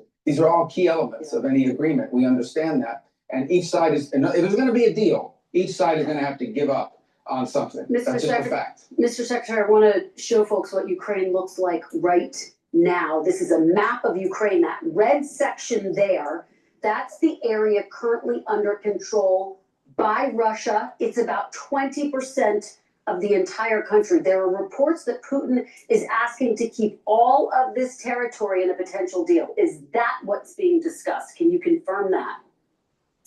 Well, I can confirm that he's given speeches in which he has said that repeatedly. So he's asking for that now in these private conversations? Well, look, ultimately, if that, the Ukrainians are not willing to give that up, and no one's pushing Ukraine to give that up, and so I don't think that's what, if there's gonna be a peace deal, it's not gonna look like that. But he certainly is making demands. He's certainly asking for things that the Ukrainians and others are not willing to be supportive of, and that we're not going to push them to give. And the Ukrainians are asking for things that the Russians are not going to give up on. I know this sounds, I know everybody wants to have more detail, but we're trying to have a serious negotiation here and see if we can find any middle ground between two warring parties in a very difficult war where the Russians feel, as they always do, like they have momentum on their side, and the Ukrainians have been incredibly brave in fighting back. And in the defensive posture they've taken, the Ukrainians have inflicted a tremendous amount of damage on the Russians. I think last month alone, 20,000 Russian soldiers were killed in 1 month in this war. So the Ukrainians have inflicted a tremendous amount of damage on the Russians as a result of this. Both sides are very dug in. This is a difficult one, but we're going to continue to work on it because the president made it a priority to try to end the war that should have never happened. Mr. Secretary, you were one of the few people in that room with President Putin and President Trump. You got to look him in the eyes. Do you believe that President Putin believes in Ukraine's right to exist based on what you heard and saw? Well, look, I wasn't playing any of those games about looking people in the eye and trying to read their minds. I'm reading actions. And that's what we're looking at is actions. What will you agree to? What will you commit to? And what will you follow up on? And in order for this war to end, Russia will have to take actions. Ukraine will have to take action. Ukraine's partners and allies will have to take actions as well to enforce that peace in the long term. That's what we're interested in. Not all, I get all the drama around this stuff, but at the end of the day, we are talking about a war in which people are being killed and maimed every single day, in which a country has been dismembered by 20%, as you just pointed out. And it's really important to bring this war to an end. This war doesn't get better. It gets worse as time goes on. Yep. It gets worse. It actually threatens to spill over into other areas. So it needs to be stopped. That's why the president's made it a priority. And that's what we're focused on. Concrete actions by both sides, especially the Russian side, to bring this conflict to an end. And we're going to do everything we can to make it happen. Is it possible? I don't know. But we're going to try. We've spent a lot of time on this issue. We have a lot of other issues to focus on. But the president's made this a priority, and he deserves credit for that. Mr. Secretary, a couple more questions, and we're almost out of time. NBC News is reporting this morning that NATO-like security guarantees for Ukraine were discussed as a part of this agreement. Can you tell us what role would the United States play in such a security agreement? Well, there'll have to be some security guarantees for Ukraine, right? I mean, it's one of their fundamental demands is that if this war were to end, they have to make sure this never happens again. They don't want to get reinvaded. They don't want to wait 3 or 4 years from now and find another, war on their hands. So there's going to have to be some security guarantees as part of it. How that's structured, how that's built, what our role will be, that'll be the kinds of things we'll have to work through. But again, that is going to be a key element of this deal. And it is something that in order for there to be a peace, the Russian side is going to have to accept that Ukraine is a sovereign country that has a right to defend itself and has a right to enter into alliances with other countries to defend itself. How that's constructed, what we call it, how it's built, what guarantees are built in there that are enforceable, that's what we'll be talking about over the next few days with our partners who are coming in from overseas tomorrow for a series of meetings and in the days to come. We had a long phone call about this yesterday with several of the national security advisors from various countries in Europe. Mr. Secretary, I want to play something you said about President Putin. This was right after the invasion in March of 2022. Take a look. This guy lies, habitually lies. He's never kept a deal he's ever signed, and he lies all the time. And I don't know why, but he plays this like a violin in the West, because the West wants to believe that you can cut a deal with everybody. You can't cut a deal with guys like this. He's a professional, experienced liar. Mr. Secretary, given that, what makes you think that if you are able to reach a deal with President Putin, that he would stick to it, based on, as you just said, he's a liar? Well, that's the point. That's why the deal has to have enforceable mechanisms in it. That's why the deal has to have things like security guarantees. That's the point I was making a few minutes ago when you were asking me about looking someone in the eye. What's important here is actions, not words, not paper, document. Those are all important. Those are elements of a deal, but they have to be enforceable. They have to be verifiable. They have to be enduring. There's no point here in signing a deal that's going to be violated in 3 or 4 months. There's no point in doing that. It actually would make things worse. So that's why this is such a difficult thing. Not only do you need a deal, you need a deal that's verifiable, that's enforceable, and that's enduring. If you don't achieve that, then I think you could have a ceasefire for a few months, a few weeks, and then the war will start again and more people will die. That's not the outcome we're interested in. That's not the outcome anyone wants. So that's why this is so difficult. All right. Secretary of State Marco Rubio, thank you so much for joining us after an historic week. Please go to my store, the-studio-reykjavik.com, and I have the multivitamin in stock. It's relabeled. It's the same multivitamin as before, but it's a new labeling. Now, this multivitamin has the cofactors that you need for proper enzymatic activity. Multivitamins are, they bind to a enzyme, and they act as a cofactor, and it changes the actual structure of the enzyme so it will perform better. So when you take a good multivitamin, you're going to have better enzymatic activity and better cellular processes. So this multivitamin is very easy to digest, and it's a base or a foundational piece for a health protocol. So the two foundational pieces are the multivitamin and a probiotic, and then you start building off of that. This, again, multivitamin has the cofactors for enzymatic activity. All right. Now it has a pretty extensive profile for the multivitamin that you can read the label on the screen or read the label on my website, the-studio-reykjavik.com. But it's important to build off of this. And when you build off of it, not just are you getting the essential vitamins that you need as cofactors for enzymatic activity, but you add this to a larger protocol, you're slowing down the aging process. All right. So there's two thoughts here in health and in wellness. All right. There's two thoughts here. Just one thought is, okay, just take the vitamins and the minerals that you need to reach the daily allowance or just for proper health. And that's fine if that's what you're looking for.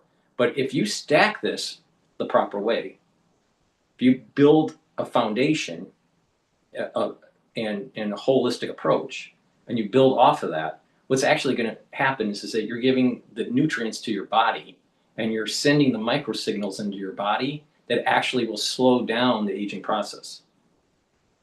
So when people say, well, I'll just take a multivitamin and that's it, or they take a vitamin or a supplement and that's it, that you're doing it wrong.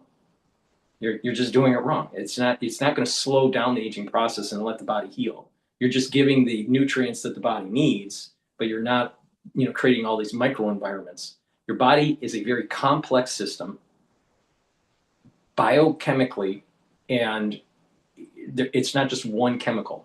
There are many intermediate chemicals. There's many different breakdowns of certain chemicals and how there's feedback loops. Biochemistry is a fascinating subject. It's a very complex subject, all right? So when someone says they just only take a multivitamin, well, that may be beneficial to you, but is it really are you maximizing all the benefits from it? And in most cases, people are not. So if you pay attention to how to maximize the max benefits of supplementation through stacking, you're going to actually notice that your body's healing and you're slowing down the aging process. I'm in my 50s. I'm very fit. All right. So please go to my store, the-studio-reykjavik.com. Pay attention to the protocol that I do for myself and integrate it into your own lifestyle. And you're going to notice that you're getting healthier. Your endocrine system is going to go into homeostasis. Your immune system will be boosted up. Your brain function will be better. Your cardiovascular health will improve. Your bone density will improve. Your musculature. These are all important features to slowing down the aging process. So just pay attention to me. I've been doing this for a long time.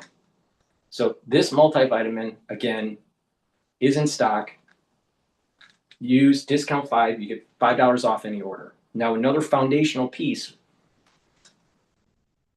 with the multivitamin is a good probiotic. I have 2 probiotics. I have the one in the powdered form and one in a veggie cap form. I usually take the powdered form because I take a lot of different powders to mix with my lunch.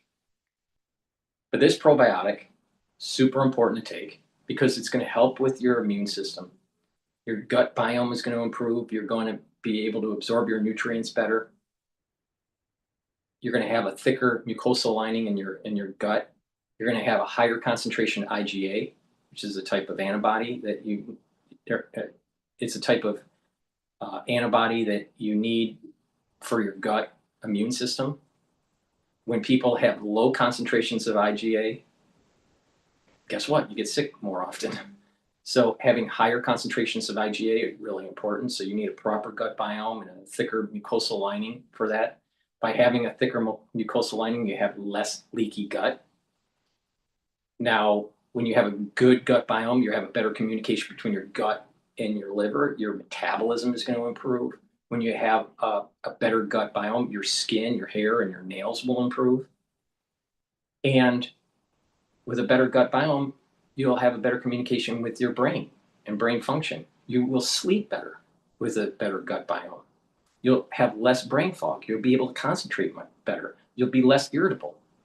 So please go to my store, the-studio-reykjavik.com, and get this probiotic or the veggie cap version. But having a foundational supplement stack and you build off of that is really important. And that foundational piece is the multivitamin and the probiotic. Take them together, super important. Please go to my store, the-studio-reykjavik.com. You get $5 off any order. If you spend $100 or more, you get a free gift until supplies last.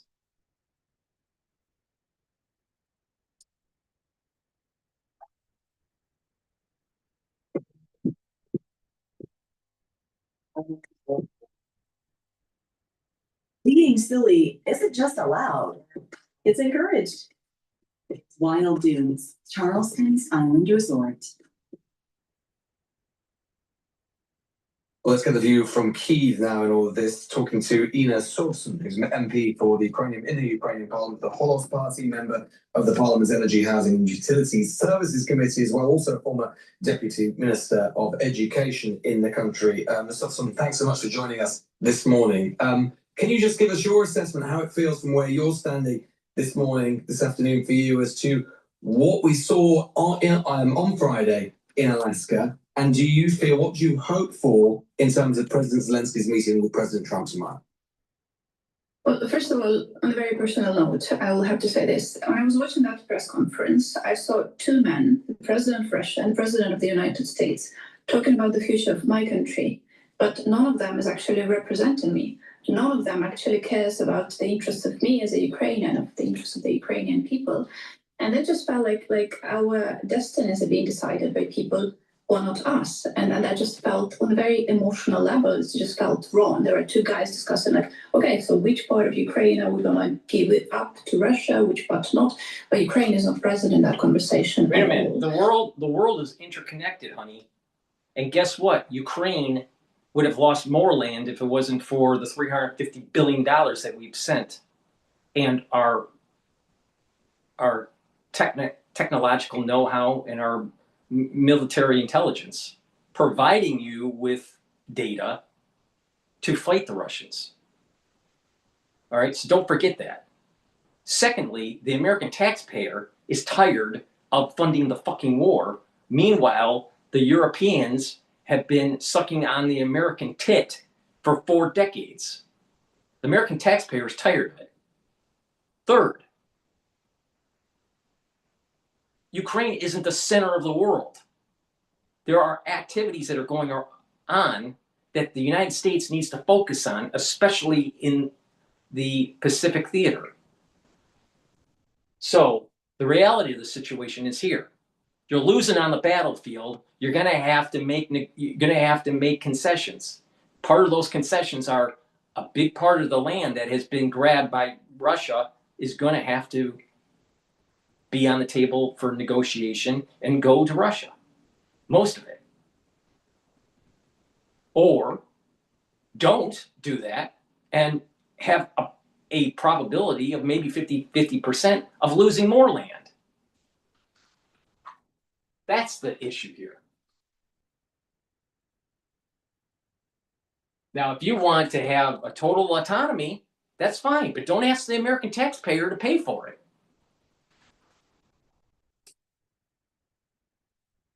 There were negotiations in advance, and then President Trump informed President Zelensky about the conversation. But the very setup just felt very wrong on a very emotional level. That was the first emotional reaction on my side. And then we heard what President Trump said. He said basically, well, it has been a great meeting and all of that, but what was so great about that, we are still not sure. And then he said that now it's up for President Zelensky to make the peace. And it's still unclear as to why now it's up for President Zelensky. What has changed since Friday, right? Because on Friday, the weeks leading to the Alaska summit, President Trump was saying, okay, we have to. What changed was we can't do secondary sanctions on India and China because of the economic problems that it would cause. Honey, the Americans are over in debt. We got to worry about our economy. We have to worry about our 10-year bond issuance and the yields on those 10-year treasuries. Okay, honey? All right? But they'll run to America for security guarantees. They'll run for America for money. Well, tens of millions of dollars can't be accounted for. Some of that's been sniffed up to the nose of Zelensky. What about the corruption within Ukraine? It's not that Putin is lily white or the Russians are lily white. They're not. But the thing is the American taxpayer can't afford this anymore. And not only that, strategically, we need to focus on the maritime operations in the Pacific. So either reach an agreement with Russia or you're on your own.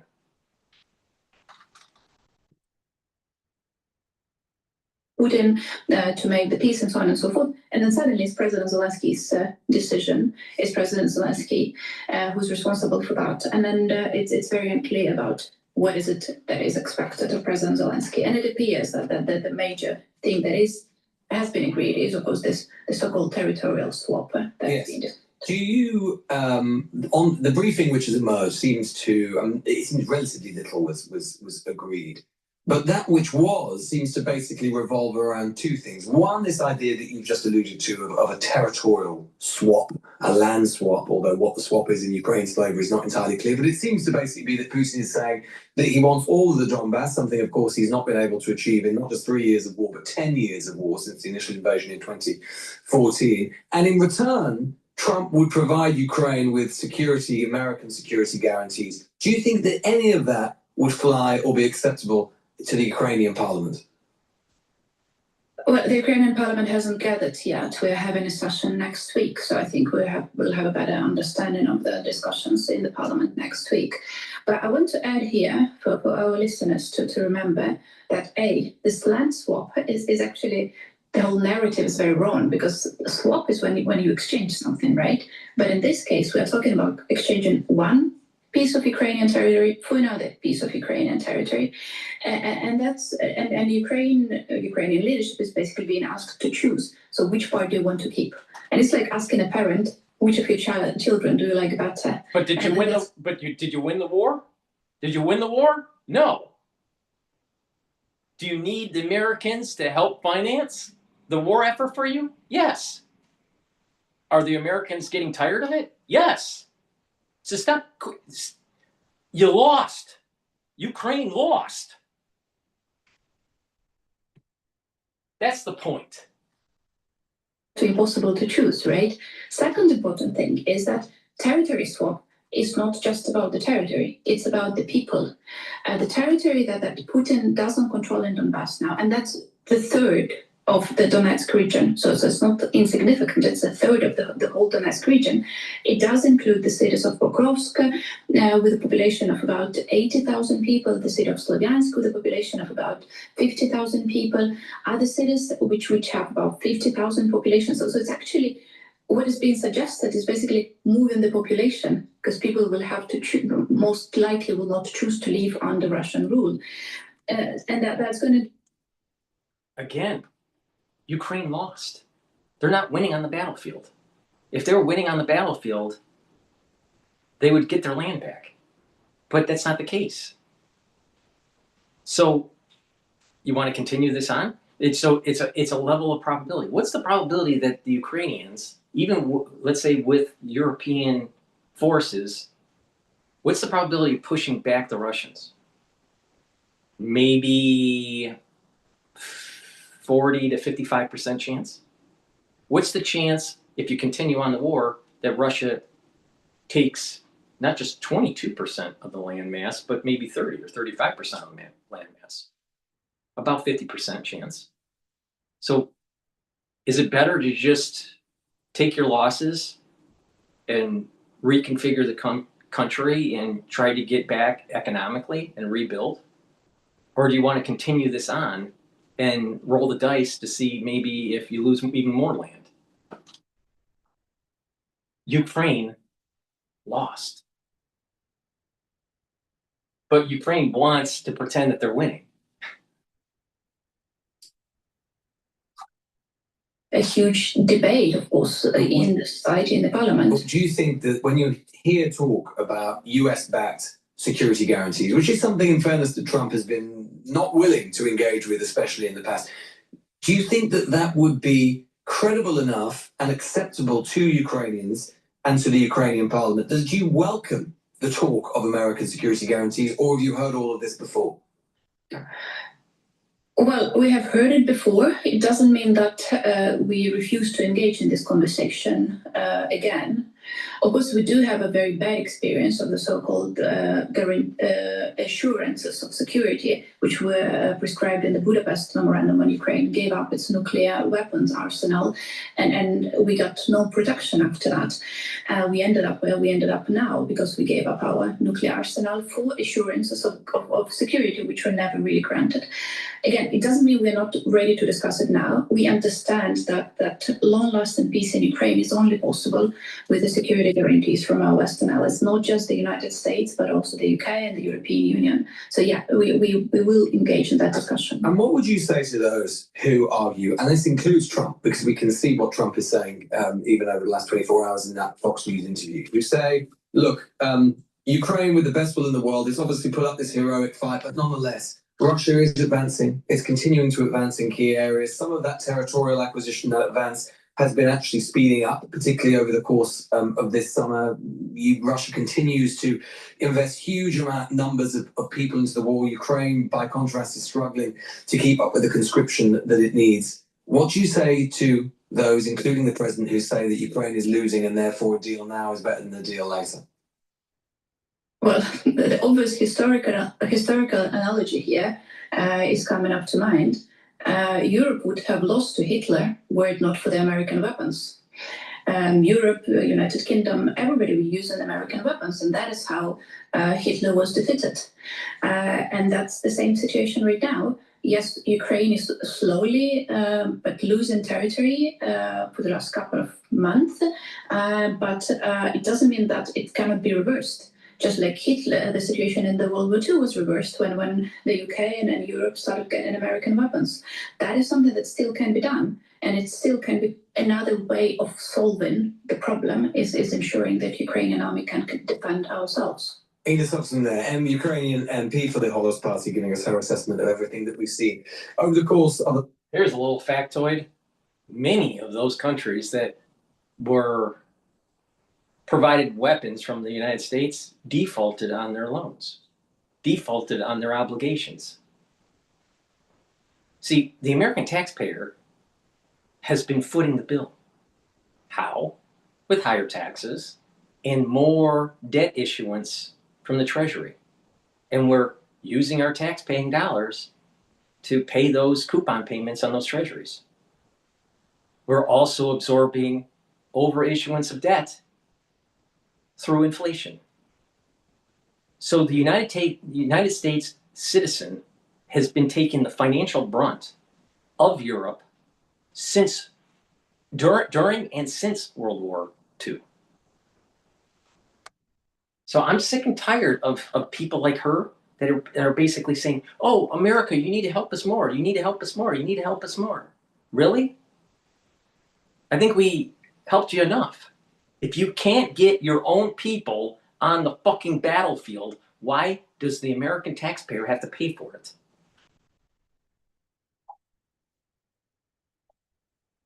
That's 24, 48, 72 hours. And I think the point she made at the very beginning of that interview is completely critical and pivotal. What is particularly revolting about the last 72 hours, whether you think Trump is right to try and engage with Putin or not, and of course, whether we like him or not, and there is no doubt he is a murderous dictator. He is the Russian president. He's not going there anywhere in the near future. Ukraine security, to some extent, is going to flow through what happens in the Kremlin. But to see Ukraine, the outcomes or aspects of the Ukraine war being decided and deliberated upon in a room thousands of miles away from Ukraine without the Ukrainians' presence is reminiscent of the sort of great power, imperial, colonial politics that we ought to have left long behind us. It was a 21st century or had. It always has been that way. And it will always be that way. The top dog, the one that has the gold, is always going to be making the rules. All right? But there's a bigger issue here, and that is Russia's alignment with the United States when we go to war with China is going to be far more important than Ukraine.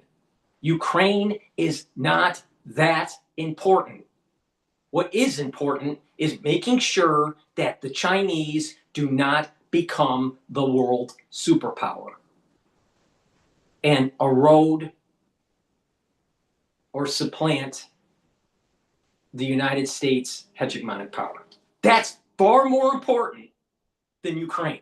Ukraine should, if I had a choice where it was give up Ukraine, but there's for sure that we were going to win a war against China, I would give up Ukraine every day. Every day. Because what is coming around the corner with China is far more important for the world. Not Ukraine. So this monolithic crap that he's bringing up is a typical liberal mindset, not understanding the big picture, the big mosaic of this. Trappings of a 21st century Yalta, something that would have appealed a great deal to Vladimir Putin, who's very historically minded, albeit a very deeply warped version of true history. But nonetheless, that would have appealed to him, sort of setting himself up as a latter-day Stalin, carving up the world with Donald Trump. It was revolting to see. Oh, amazing. YouTube Amazing. Is amazing a Brit on a liberal podcast demonizing how the Americans are trying to de-escalate the war in Europe, knowing that we need to focus on Asia, but you got a Brit talking shit to the Americans. Meanwhile, it was the Americans that saved their country in World War II. If the Americans didn't get involved, the UK would be speaking German.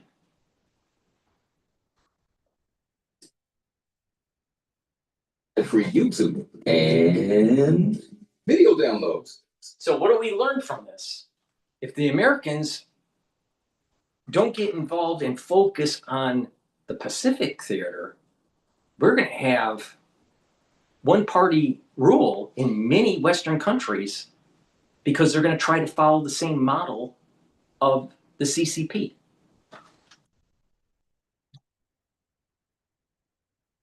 Just can't take it anymore. These people are just idiots. Just idiots. Okay, I want to listen to what Whitcroft on Trump and Putin said to each other in the meeting. Joining us now to discuss is U.S. Special Envoy Steve Witkoff, who was in the room for the Trump-Putin summit, and it was a 3-on-3, and he was one of the 3. He has also met face-to-face with Vladimir Putin many times, including earlier this month in Moscow. Ambassador Witkoff, always good to have you on. Thank you so much. So President Trump called this an extremely productive meeting and said many points. Before we go to Whitcroft, please go to my store, the-studio-reykjavik.com. Get the digestive enzyme complex. This is going to help to break up carbohydrates, proteins, and lipids and reduce the load on your pancreas. Super important to take. Why? Because when you get older, your pancreas doesn't function as well and you need to give it a little bit of help. Super important. Don't be a Steve Jobs. Please go to my store, the-studio-reykjavik.com. Get the digestive enzyme complex. It's very important to protect your neurons. You don't want early onset of dementia. Guess what? There's going to be an awful lot of people, because of lifestyle choices, because of the environment they're exposed to, and because of the crisis that we went through in 2020, people are going to have early onset of dementia. You better start protecting your neurons. Now, what do you need to do? NAD+. It's a supplement that'll boost up your NAD+ levels. It'll increase your energy. NAD+ helps to repair DNA damage and mitochondrial DNA damage. NAD+ also protects neurons. Ubiquinol, most bioavailable form of CoQ10 that you can purchase. You can't buy anything better than what I have in my hand here. So please go to my store, the-studio-reykjavik.com. Get the Ubiquinol. It's an antioxidant. It's going to soak up free radicals. It's going to help the health of your mitochondria. You're going to have more energy. You're going to have more ATP, and it protects neurons. You stack it with NAD+ as a neural stack. Now, a great stack to help with your energy levels, your mitochondria and your neurons, and to help with your pancreas. This is a great stack right here. Ubiquinol, NAD+, and a digestive enzyme complex. Please go to my store, the-studio-reykjavik.com. Use discount 5, you get $5 off any order. If you spend $100 or more, you get a free gift until supplies last. Click the link in the description of this video to get to my website, the-studio-reykjavik.com. Use discount 5. Were agreed to. You were in the room. Can you give us 2 specific points that were agreed to? We agreed, Jake. First of all, thank you for having me and good morning. We agreed to robust security guarantees that I would describe as game changing. We didn't think that we were anywhere close to agreeing to Article 5 protection from the United States in legislative enshrinement within the Russian Federation, not to go after any other territory when the peace deal is codified. Legislative enshrinement in the Russian Federation, not to go after any other European countries and violate their sovereignty. So we agreed to there was plenty more. Here's what President Trump said going into the meeting about the need for a ceasefire. Let's roll that tape.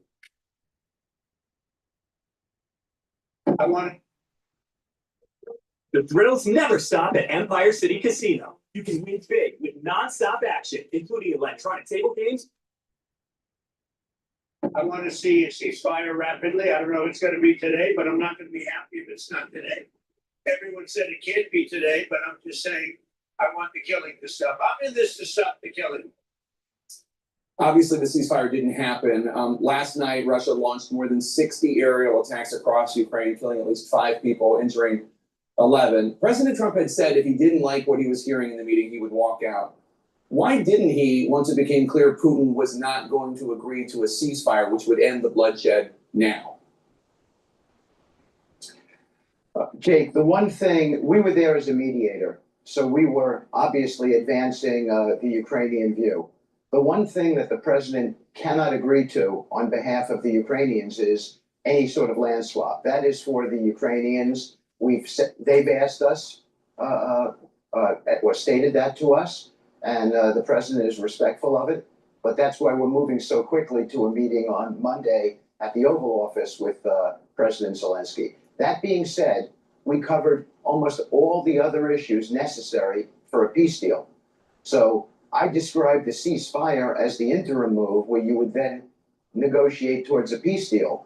We made so much progress at this meeting with regard to all the other ingredients necessary for a peace deal that President Trump pivoted to that place. Now, we're not waiting a week for a meeting with President Zelensky and the European leaders, or 2 weeks or 3 weeks. We're going into a meeting with them within 48 hours of ending this meeting in Alaska. So we are intent on trying to hammer out a peace deal that ends the fighting permanently very, very quickly, quicker than a ceasefire.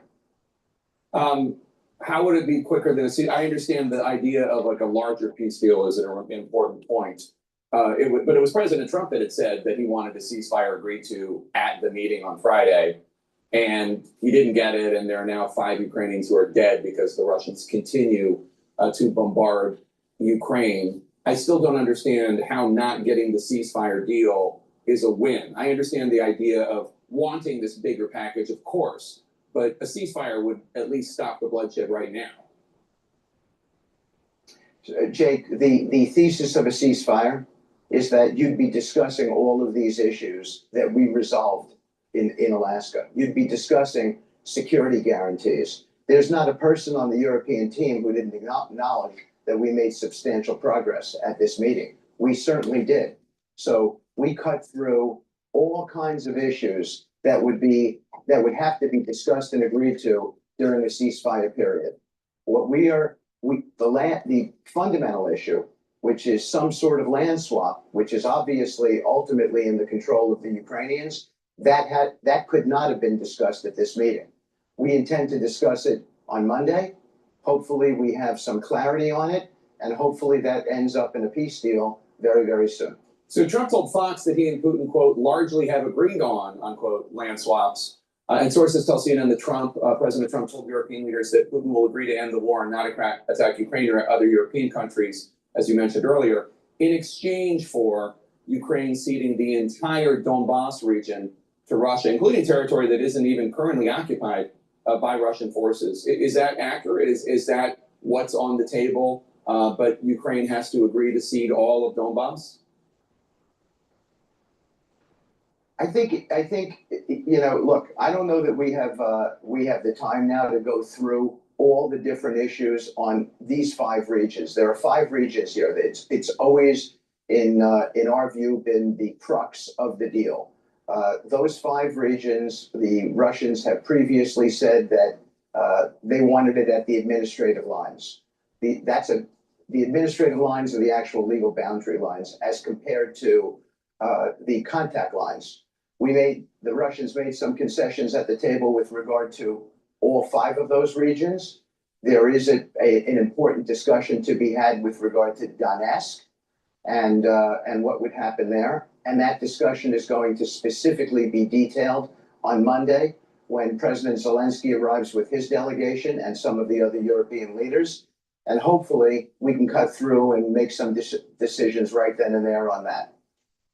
What more Russian concessions can you tell us about? Because obviously ceding land up to the administrative line is not a small thing for Ukraine to agree to. You said that Russia would agree to legislatively saying they wouldn't seize any more land in Ukraine past the administrative line, that Russia agreed to legislatively assert that they will not attack any other European countries. What other concessions from Russia might there be?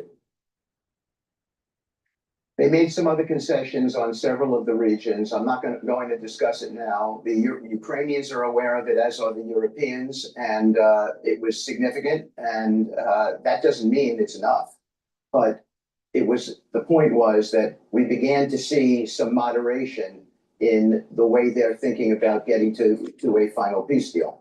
And so we feel that that's encouraging. Now, we briefed the Europeans immediately after we were done with the summit. We briefed President Zelensky directly. He deserved that. And the president got right on the phone with him. And then we had the Europeans on the phone. And I think everybody agreed that we had made progress. Maybe not enough for a peace deal, but we're on the path for the first time. We are seeing accommodation more than we've seen in the past, certainly more than we saw in the last administration. And that is, that's encouraging. Now we have to build on that. And we have to get a deal for the Ukrainians that allows for their self-determination, allows a protection of their sovereign borders. We have to make sure that we achieve that, and the president is intent on getting to that place. In terms of Ukrainian security guarantees, you mentioned the Article 5 guarantee of NATO, an attack on one is an attack on all. Russia would allow that to happen, that any further incursions into Ukraine, Russia would understand would be seen as an attack on all NATO members? No, Jake, that's not what I said. What I said is that we got to an agreement that the United States and other European nations could effectively offer Article 5-like language to cover a security guarantee. So Putin has said that a red flag is NATO admission. Right. And so what we were discussing was assuming that that held, assuming that the Ukrainians could agree to that and could live with that, and everything is going to be about what the Ukrainians can live with. But assuming they could, we were able to win the following concession: that the United States could offer Article 5-like protection, which is one of the real reasons why Ukraine wants to be in NATO. We sort of were able to bypass that and get an agreement that the United States could offer Article 5 protection, which was the first time we had ever heard the Russians agree to that. Zelensky says he supports President Trump's plan for a trilateral meeting, Putin, Zelensky, Trump. Has Putin agreed to do such a thing? Well, my belief is that we are going to, this is my view, my view is that we are going to get to a trilateral. And what we're trying to accomplish on Monday is get some consensus from President Zelensky and his team. We had some really good, specific, granular conversation on the plane ride home with President Zelensky about what he would be seeking. And we don't think that there are any obstacles in that conversation that we heard. And so I'm hopeful that we have a productive meeting on Monday. We get to real consensus. We're able to come back to the Russians and push this peace deal forward and get it done and stop the killing. Did President Trump tell you at all what he and Putin talked about in their brief time, just one-on-one in the Beast, the presidential limo? I did not discuss that with him, Jake. No. Ambassador Steve Witkoff, always great to have you here. I think everybody here is praying for peace and hoping that this works. Thank you. Thank you. So are we. Leads don't die because they say no. They die because you said. Please go to my store, the-studio-reykjavik.com, and get the turmeric, ashwagandha root, and lignans. This stack will help with your cardiovascular health and your immune system. How? Turmeric will bring down inflammation and soak up free radicals. Lignans bring down inflammation, soaks up free radicals, helps with not just the immune system, but also your endocrine system. And ashwagandha root will help you to control your cortisol levels and your blood glucose levels. When you stack these together, very powerful stack to boost up that immune system, bring down that inflammation, and help with your cardiovascular health. By bringing down inflammation at the vascular level and soaking up free radicals in your bloodstream, you're reducing the chances of building up plaque.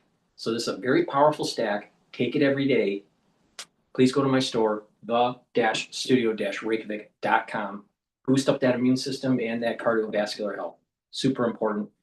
And by taking turmeric and lignans together, it's going to help bring down systemic inflammation. That's important for brain function and also for joint health. You'll also recover quicker after a workout. So please go to my store, the-studio-reykjavik.com. Use discount 5, you get $5 off any order.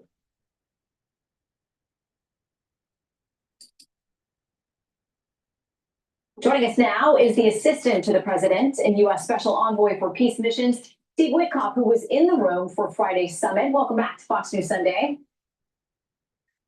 Thank you, Shannon. Good morning. Okay, so let's start here. There are reports that the president supports a Putin proposal, which would essentially give over Donbass, that entire region or most of it, to the Russians. It's a place that 6.5 million Ukrainians were living prior to the start of this war.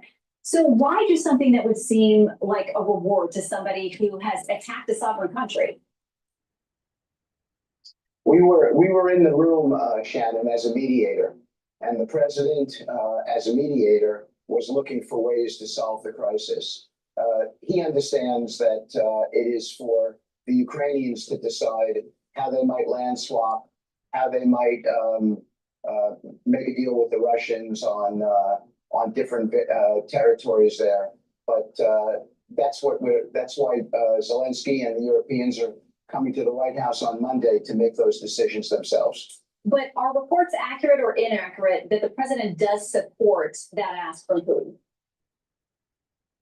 I think the president supports a peace deal, Shannon, and he got through almost all of it in Alaska. I mean, I was personally surprised at the amount of wins that we had that day. It was right down the line. We agreed on much more robust security guarantees. The Russians agreed on enshrining legislatively language that would prevent them from, or they would attest to not attempting to take any more land from Ukraine after a peace deal, where they would attest to not violating any European borders. So we got through quite a bit, and there's a whole lot more. But it's understandable that President Zelensky would be very cautious about those, promises potentially from the Putin administration. I mean, he says giving up those particular regions would provide Russia a perfect staging ground for future attacks. So how do you factor that concern, a very real concern, into these conversations? Look, he's a strong president for his country, and we were on the phone with President Zelensky moments after the Alaska summit ended, and I can tell you that I spoke to him personally, gave him my view. The president obviously was making the presentation, and everybody recognized on that telephone call, and there were various European leaders, how much progress we had made in demonstrating that the Russian Federation was going to make significant accommodations well beyond what we thought before that summit started. So it was absolutely acknowledged as a win. Now, that being said, there are details. That's what happens in a negotiation. You try to move one side towards the middle, then you try to move the other side towards the middle. The president achieved that, certainly in my view and in the view of many others as well, but I was sitting right there. The president achieved that beyond what everyone's expectations were. And now we're immediately moving to a meeting with the Ukrainians, with the Europeans, and hopefully we can narrow the issues down even further and get ourselves well along the way towards the codification of a peace deal. So there were managing of the expectations, as you mentioned, going into this, but the president had said numerous times, and he said in the past that he wants a ceasefire and he was hoping to get one going in. Here's what he said when he was asked just days ago about what would happen if President Putin did not agree to end the war or a ceasefire going into this conversation. If Vladimir Putin does not agree to stop the war after your meeting on Friday, yes, they will. Yeah. What will there will be consequences? Tariffs? Yeah, well, I don't have to say there will be very severe consequences, yes. You know, he told Brett Baer on the plane that he would be very unhappy if he came away from this without a ceasefire. So how do you call this a win if you didn't get that? Shannon, a ceasefire, as you know, is a condition precedent, generally speaking, before a peace deal. So in that context, the president has always talked about a ceasefire until he made a lot of different wins in this meeting and began to realize that we could be talking about a peace deal. The ultimate deal here is a peace deal. And we were talking about much more robust security guarantees than anyone ever imagined before. We were talking about EU admission. There was all kinds of subject matter discussed here. that began to lead the president to the assumption that we could finish this thing with a peace deal and really end the killing almost immediately. And that's what we went for. That's what real deal makers do, and that's what he did. And it was. Whitcroft is just putting a lipstick on a pig because he knows behind the scenes that Trump can't issue secondary sanctions on China and India. He knows it. And so they're trying to just say, oh, you know what? We're going to just skip ceasefire and go right to peace, some sort of peaceful settlement. A peace deal. No, but I think that Putin is smart enough to just give a little bit of hope to Trump. Now, maybe there will be a peace deal, but Ukraine needs to come to the realization they're going to lose quite a bit of land. It was really an amazing feat for me to watch happen. So let's talk about the optics of this, because of course the president's critics were unhappy, but some of his supporters too, worried about what signal or message this sent. The red carpet, the hugging, the looking very collegial at this meeting. Wall Street Journal editorial board says this: the Russian achieved one of his major goals from the summit, which is the start of his rehabilitation as a world leader. The summit ended his isolation from the West, and he gave up nothing for it. He also appears to have gained more time to continue bombing Ukrainian cities and slowly taking more territory. Why give him that optics, Lynn? Look, I think from our standpoint, and I would imagine the president would say this, but you're asking me the question. From our standpoint, we're concerned with outperforming where we thought we were going to perform, and we did. We moved the Russians significantly past where we thought they were going to end up. Now, I had 6 separate sessions with President Putin before this, and I thought that we had some measure of success, but this was epic, what we achieved. That's just a flat out fact. And so that's what I think we ought to be focusing on, what the end result is. I think that we are a whole lot closer to eliminating death on the battlefield in Ukraine and Russia. And isn't that the overall goal? That would be my goal, and I think that's the president's goal. So I think we did what we were supposed to do, better than what people estimated we would achieve. So let's talk about the security guarantees, because you mentioned those. What does that mean in practicality? What is the U.S. willing to commit to that effort to give Ukraine the assurances it needs to come to the table? It means that the United States is potentially prepared to be able to give Article 5 security guarantees, but not from NATO, directly from the United States and other European countries. That is big. I mean, really big. Does it mean boots on the ground? What does it mean? But logistically, I think part of the discussion that we're going to have on Monday throughout the day, because there's going to be breakout sessions there, is exactly the specifics of what the Ukrainians feel that they need. Because remember, as mediators, we were at this summit to advance the Ukrainian position, and we did that, and we did it successfully. Now it's for us to drill down on the granular details of exactly what the Ukrainians need to give them a sense of security in the future. And by the way, what the Europeans need as well. And we were fully committed to be there for that purpose. all right, Special Envoy Steve Witkoff, we appreciate your time. Thank you so much. Thank you. I'm going to Brian Kill me. I want you to do me a favor. I wouldn't be surprised that it has something to do with some sort of missile defense system. Please go to my store, the-studio-reykjavik.com, and get the resveratrol. Resveratrol is an antioxidant. It's going to soak up free radicals. It's going to help the health of the mitochondria. It's going to boost up energy levels. It's going to get rid of senescent cells. And resveratrol is super important for youthful gene expression. I've been taking resveratrol for decades. Drink it with filtered water. It stacks really well with C60, NAD+, ubiquinol, clarity factor. So please go to my store and get the resveratrol. Olive leaf extract, dual purpose. It's going to help with your immune system and your cardiovascular system. Olive leaf extract brings down inflammation and helps you to control your lipid profile. And Myotrol. Myotrol is very important to take every day. Do some resistance training. But taking Myotrol is going to help you to build muscle and to maintain muscle. Do this especially if you're 40 years of age or older. It's polyphenols, flavonoids, and lignans for you to help with the gene expression to build muscle. It also will help the health of the mitochondria. So a great stack to help with your musculature, Myotrol. To help with your immune system and your cardiovascular system, olive leaf extract. And to help with youthful gene expression, resveratrol. Please go to my store, get the Myotrol, olive leaf extract, and resveratrol. Use discount 5 and you get $5 off any order. You spend $100 or more, you get a free gift until supplies last.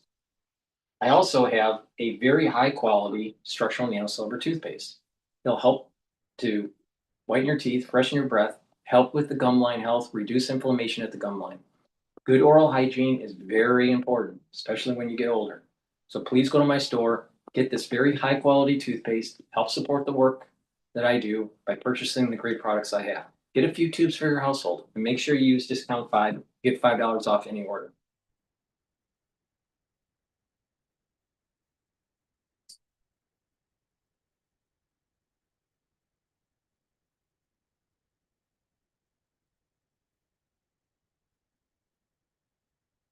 Alrighty, let's see here.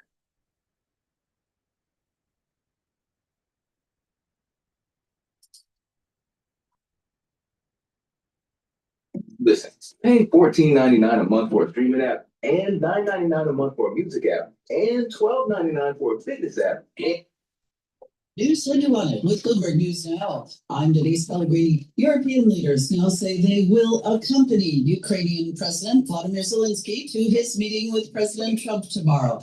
European Commission President von der Leyen, along with French President Emmanuel Macron, Germany's Chancellor Merz, Italy's Prime Minister Meloni, and UK leader Starmer, among those saying already that they plan to attend now in support of Zelensky. And Matt Duss, Executive Vice President of the Center for International Policy, says Ukraine may end up having to give up some territory. It will be a very, very tough pill for Ukraine to swallow, for Russia to retain control of portions of eastern Ukraine. But if Ukraine comes out of that as a sovereign, independent, democratic country that is able to defend itself, I think that is something that the Ukrainians themselves could support. Russian President Putin has insisted Ukraine give up land, specifically the Donbas region, which Zelensky has previously said Ukraine won't do. Axios is reporting President Trump wants a three-way summit with the U.S., Russia, and Ukraine as soon as Friday.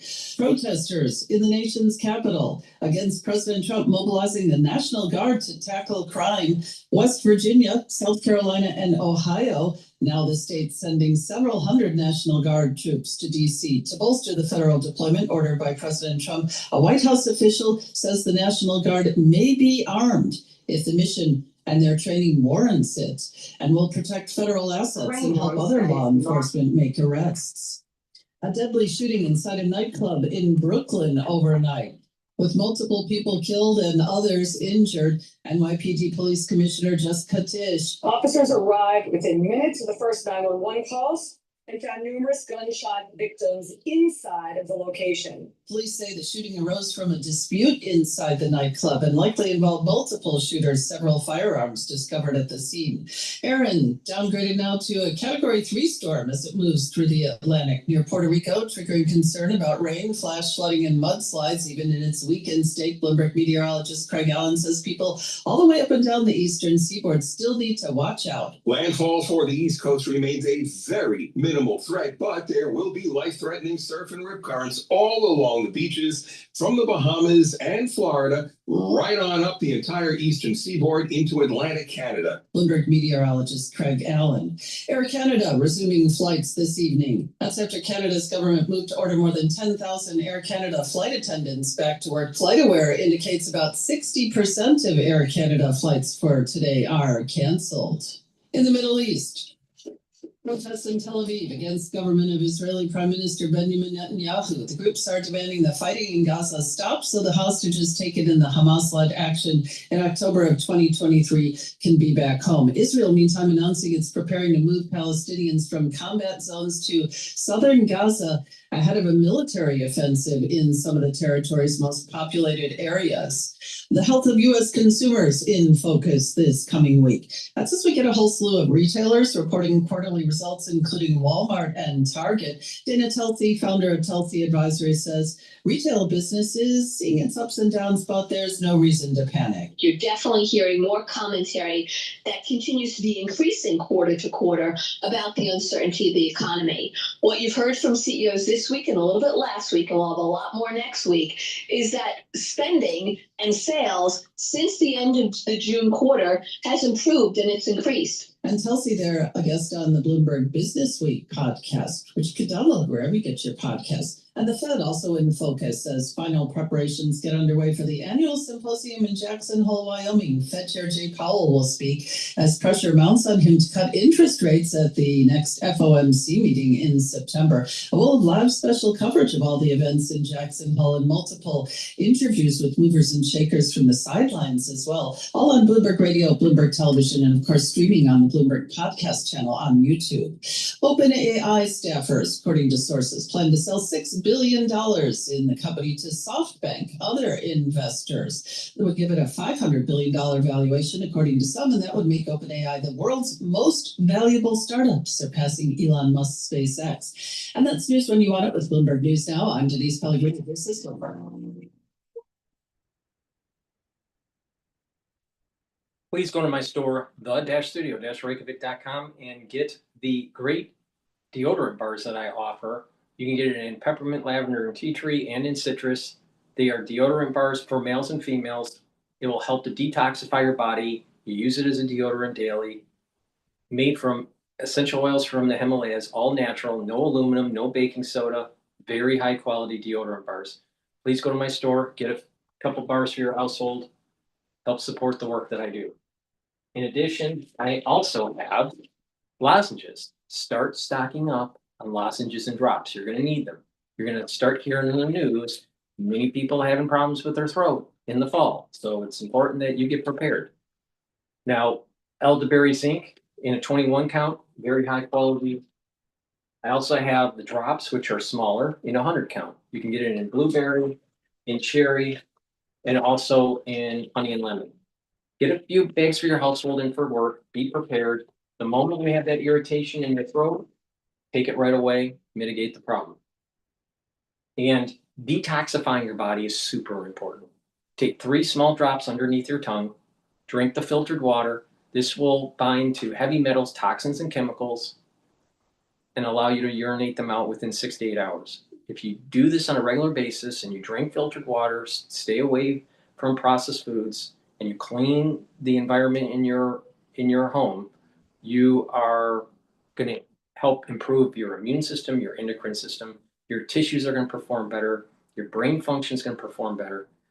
By detoxing your body regularly and applying a holistic approach to your life, you're going to slow down the aging process. So please go to my store, the-studio-reykjavik.com, and get the Zeolite. Super important.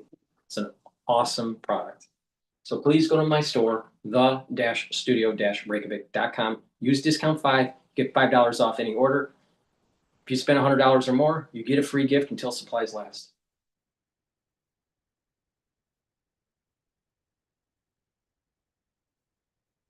All right, let's listen to Glenn Beck.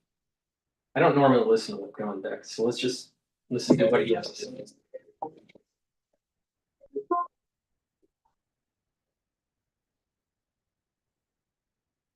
Matthew, welcome to the program. How are you? I'm well, Glenn. Thank you for having me. You bet. So, I mean, what great article, really, I think going contrary to what everybody in the mainstream media is saying. They're saying, boy, he's bringing him over to Alaska, and that's such a win for Putin. I don't think it's a win at all for Putin. And it has taken him more than one day because he had to change the dynamics of American policy, and I think the policies of the world. And you point that out in your article. You want to go a little deeper into that? Oh, sure. Absolutely. No, I think that Trump is going to this summit today in Anchorage with a lot of leverage over Vladimir Putin. And you're right, the mainstream media wants already to characterize this as a win for Putin because there's a meeting taking place at all. But I think this fundamentally misunderstands. Unfortunately, this was old news, so I'm going to stop it. Because they're talking about before it actually was conducted. All right, let's take a look at what's going on. Let's listen about this Adam Schiff issue. So we have this New York Post exclusive. They're reporting that Adam Schiff is paying just 3% on his mortgage on the mortgage on the homes that are in the center of his fraud probe. So the criticism over socialist, as well as criticism over socialist candidate Mondani's rent stabilized apartment. So basically, his rent doesn't go up with the rent around him. Both of these are leading Democrats right now, and both of them are stirring controversy because they look like we have written here, high fees for thee, but not for me. They look like they're trying to impose rules that they're not willing to play by. I think Mondani is the interesting one because he's in a rent stabilized apartment, but he makes over $100,000. Now he says he was making less than $50,000 when he entered into the rent agreement, and he says I didn't even know it was stabilized, which is kind of funny. I think that you have to thread the needle here a little bit because I'm liking this. It's not the same thing. Hear what I'm saying correctly. When President Donald Trump, and they were like, show your tax returns, you're cheating the system, you're not paying taxes. As someone who made less than what Mondani is making now when that happened, my thought was, hey bro, if you can go get by without having to pay taxes, good on you, because that's what I want to do too. And I think if you try to use this against Mondani, people are going to say, hey, good on him. That's what I want as well. That's what he's trying to give me as well. So I think there's a chance there that at least in his base, this doesn't move the needle at all. Is there an ethics investigation up against him right now? Mondani, I don't think so because I think that these are, he probably is playing by the rules. But what's really funny about this is you have, Andrew Cuomo, who's been part of the Democratic establishment here in New York for decades, is Democrat royalty here in New York. And he is criticizing him for it. And of course, and Mondani has done a good job of appealing to young voters about the cost of living. But if you want to know why the cost of living is so sky high in and around New York, it's because of these policies, such as the one that allows Mondani to live in a rent-controlled apartment. The thing about Adam Schiff that is so hysterical is that, of course, the reason that he got that great mortgage deal on that home in Maryland is because he claimed that home as his primary residence. At the same time, he was, quote unquote, representing his district back in California and claiming his main district back in California. And so, and I just hope all the young people out there who are struggling with trying to get a house right now and trying to figure out how you get a piece of the action here. And think about what it is you're going to be paying for your mortgage rate and compare that to Adam Schiff's dishonest 3%. Well, we've been talking about all the candidates that are running for mayor, and nobody seems satisfied with any of them. And all of a sudden, we're hearing about this Joseph Hernandez. He's a New York City independent mayoral candidate. He immigrated, by the way, from communist Cuba. And we're going to have him coming up at 7:40 a.m. to give his side of the story, why he's decided to jump in, and whether it's a good idea to split these votes up or whether he has a chance or not. And coming from Cuba, maybe he can give a little class lecture for Mondani and Mondani supporters about the real effects of communism. That's right. I put curing hepatitis C on my today list. Epclusa treats all types of chronic hepatitis C with a 98% cure rate. Epclusa is one pill once a day for 12 weeks. If you've had hepatitis. Welcome back to Zoran Mondani, doubling down on his socialist agenda while hitting the campaign trail this week in New York City. One municipal-owned grocery store in each borough, 5 in total, is part of a vision of a public option for produce. an understanding that for far too many New Yorkers, groceries are out of reach, and the importance in city government of reasonable policy experimentation. There are too many New Yorkers who feel that pain. It is our job to bring that love back to their lives, to bring it back as we freeze the rent for more than 2 million rent-stabilized tenants, to bring it back as we make the slowest buses in the country fast and free, including the Q4 that we rode recently. Well, the descendants of socialism are sounding the alarm. It sounds a little bit like deja vu. Yeah, Joseph Hernandez was born in Cuba. He's entering New York City's mayoral race and is looking to upset Mamdani. And he is our guest this morning. So great to have you. Thanks for joining us. So, we hear Mamdani talking a lot about socialism. He's very proud of talking about socialism. I think it's kind of academic to him, but it's actually not academic to you. You actually know what you're talking about. You grew up under Fidel Castro's rule. Right. Yeah. We had my first 7 years of my life, I lived under socialism, and I know what it's like. I know what it looks like. I know what it feels like. It's not a good feeling. What does it feel like? What's it? Well, so Tell people what it's like. Socialism, at least, in Cuba we had communism, which is kind of the extreme form of socialism, but they control everything. So when you go to the grocery store, you literally have a ration book that tells you what you can have food-wise based on how many people live in your home. So I remember as a kid, we would line up long lines for multiple hours just to get basic food and sustenance. And oftentimes there was a lot of power outages. So socialism is not the utopia that people describe. It's, you also had a father. You also had a father who was a political prisoner. So yeah. There's that too. And here you are running for mayor of New York City. It's not socialist yet. Obviously, Mamdani espouses those views. But when you look at the problems in the city as it sits today, moving forward, what is the number one issue? Is it housing, taxes, regulation? Is it crime? What is that issue that will turn the city around quickly?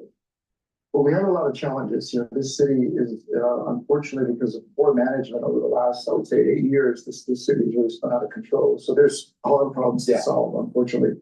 I think safety, public safety is number one. I know that, some people claim that the crime statistics have decreased, but if you ride the subway, if you've been here as long as I've been here, you really feel it's not safe. New York City is no longer a safe city.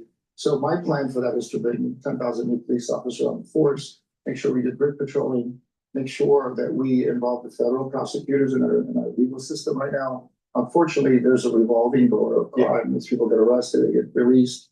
It's insanity. We have no law and order in the city. So that's number one. I think the affordability issue is real. I think Zoran has hit a real point on that. I think the city's expensive. If you live here, you know how expensive it is. But really the way to solve this is really economics. It's basic supply demand. New York City has the lowest vacancy rate in the nation of 1.4%. So that means that at any one moment, there's only 32,000 homes available for you to rent. So just imagine if you're a new kid that's getting a new job here at Fox, or coming in to work in the theater or Broadway, you're competing for 32,000 units against everybody else. Against 7-8 million people. Absolutely. And obviously, Mamdani's not the only person in the race. You also have Andrew Cuomo, who's a longtime establishment Democrat. I feel like the establishment Democrats are to blame largely in New York City for Mamdani's rise in the first place. I think that's probably true. And look, there is certainly a dissatisfaction with the current options as it relates to who can govern the city. I think some of those issues are justified. Again, the cost issue is real. It becomes harder to live in the city. So you are an entrepreneur. It's a very successful entrepreneur. You think you can bring your business acumen to this job, but this is a crowded field. Really quick, how do you think you can break through? Well, look, I'm an operator, and that's what I've done my whole career. I have, I'm an immigrant. I came from nothing. My dad was a dishwasher. My mom cleaned homes. I am the American story, and everything I do, I always strive to do the best. And my business acumen is what I think I want to apply here. I think AI is a big portion of the solution that the city needs. I'm an expert in that area. We just brought a company public focusing on AI. So we know how to do this, and I think the problems are solvable. Well, it's a long stretch between here and Election Day. I'm sure we'll have plenty of opportunity for voters to get to know you. And you have my respect for putting your name in the hat. There's nothing easy about it. And for saying that the first step is 10,000 new cops in the city. That's a great campaign. All right, Joseph Hernandez. Thank you, sir. Thank you for joining Fox. Please go to my store, the-studio-reykjavik.com, and get the vitamin B complex. Vitamin B complex will help to rev up your cellular metabolism, help with protecting your neurons, and the first 4 B vitamins will help the health of the mitochondria. They're tied to the electron transport chain that helps to increase your ATP levels. So please go to my store and get the vitamin B complex. Super important to take once you turn age 40. Now, collagen. Collagen is a powder. Take it with soft foods, filtered water, milk, or a smoothie. Take it every day. Do some resistance training. It's going to help with your skin, your hair, your nails, your musculature, your bone density, and your cartilage, and your joint health. So please go to my store, the-studio-reykjavik.com, get the collagen. It has a typical amino acid profile shown on the screen here. Very high quality supplement. Take it every day. In C60. C60 is a very strong antioxidant. It's going to soak up free radicals, help with the health of your mitochondria. It's going to help to boost up energy levels, reduce stress in the cell. This will also help with your neurons. You're going to be able to have the energy that you need in those neurons to produce those neurotransmitters. When you have a better microenvironment for your neurons, you're going to have better neuroplasticity. You're going to have positive neuroplasticity. You're going to be able to think faster. You're going to have better memory. Your organ systems are going to perform better. You're going to be able to soak up those free radicals at the vascular level. That's going to reduce the chance of plaque buildup. You're going to help with your immune system and your endocrine system. This stuff is very powerful. Take a teaspoon a day every day. You can get it in a 2 ounce, a 4 ounce, or an 8 ounce configuration. Get it in MCT coconut oil, extra virgin olive oil, or avocado oil. Take a teaspoon a day every day, preferably on an empty stomach. If you work out, take it before you work out and you'll recover quicker. This is extremely powerful stuff, very important to take every day. And after a year, you're going to notice that you're slowing down the aging process and you'll see other benefits. A lot of people have been saying that they have better eyesight. So please go to my store, the-studio-reykjavik.com, and get the C60. Very important. I've been taking C60 since 2016. So please go to my store, the-studio-reykjavik.com. Use discount 5, you get $5 off any order. If you spend $100 or more, you get a free gift until supplies last.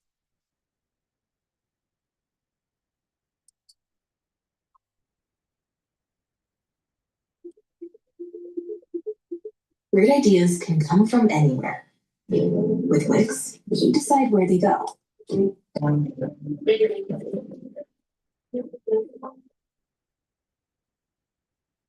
The corruption cover-up from senior government officials who are sworn to uphold their duties and accountability for the American public. They are the ones that violated that trust the most internally and need to be held accountable. Documents are being released weekly by Johnny Ratcliffe and Tulsi. Things like the Durham Annex, which we've known have existed this entire time, but were classified for political reasons. So we've assembled a team of accountability, and we're going to deliver for the American people.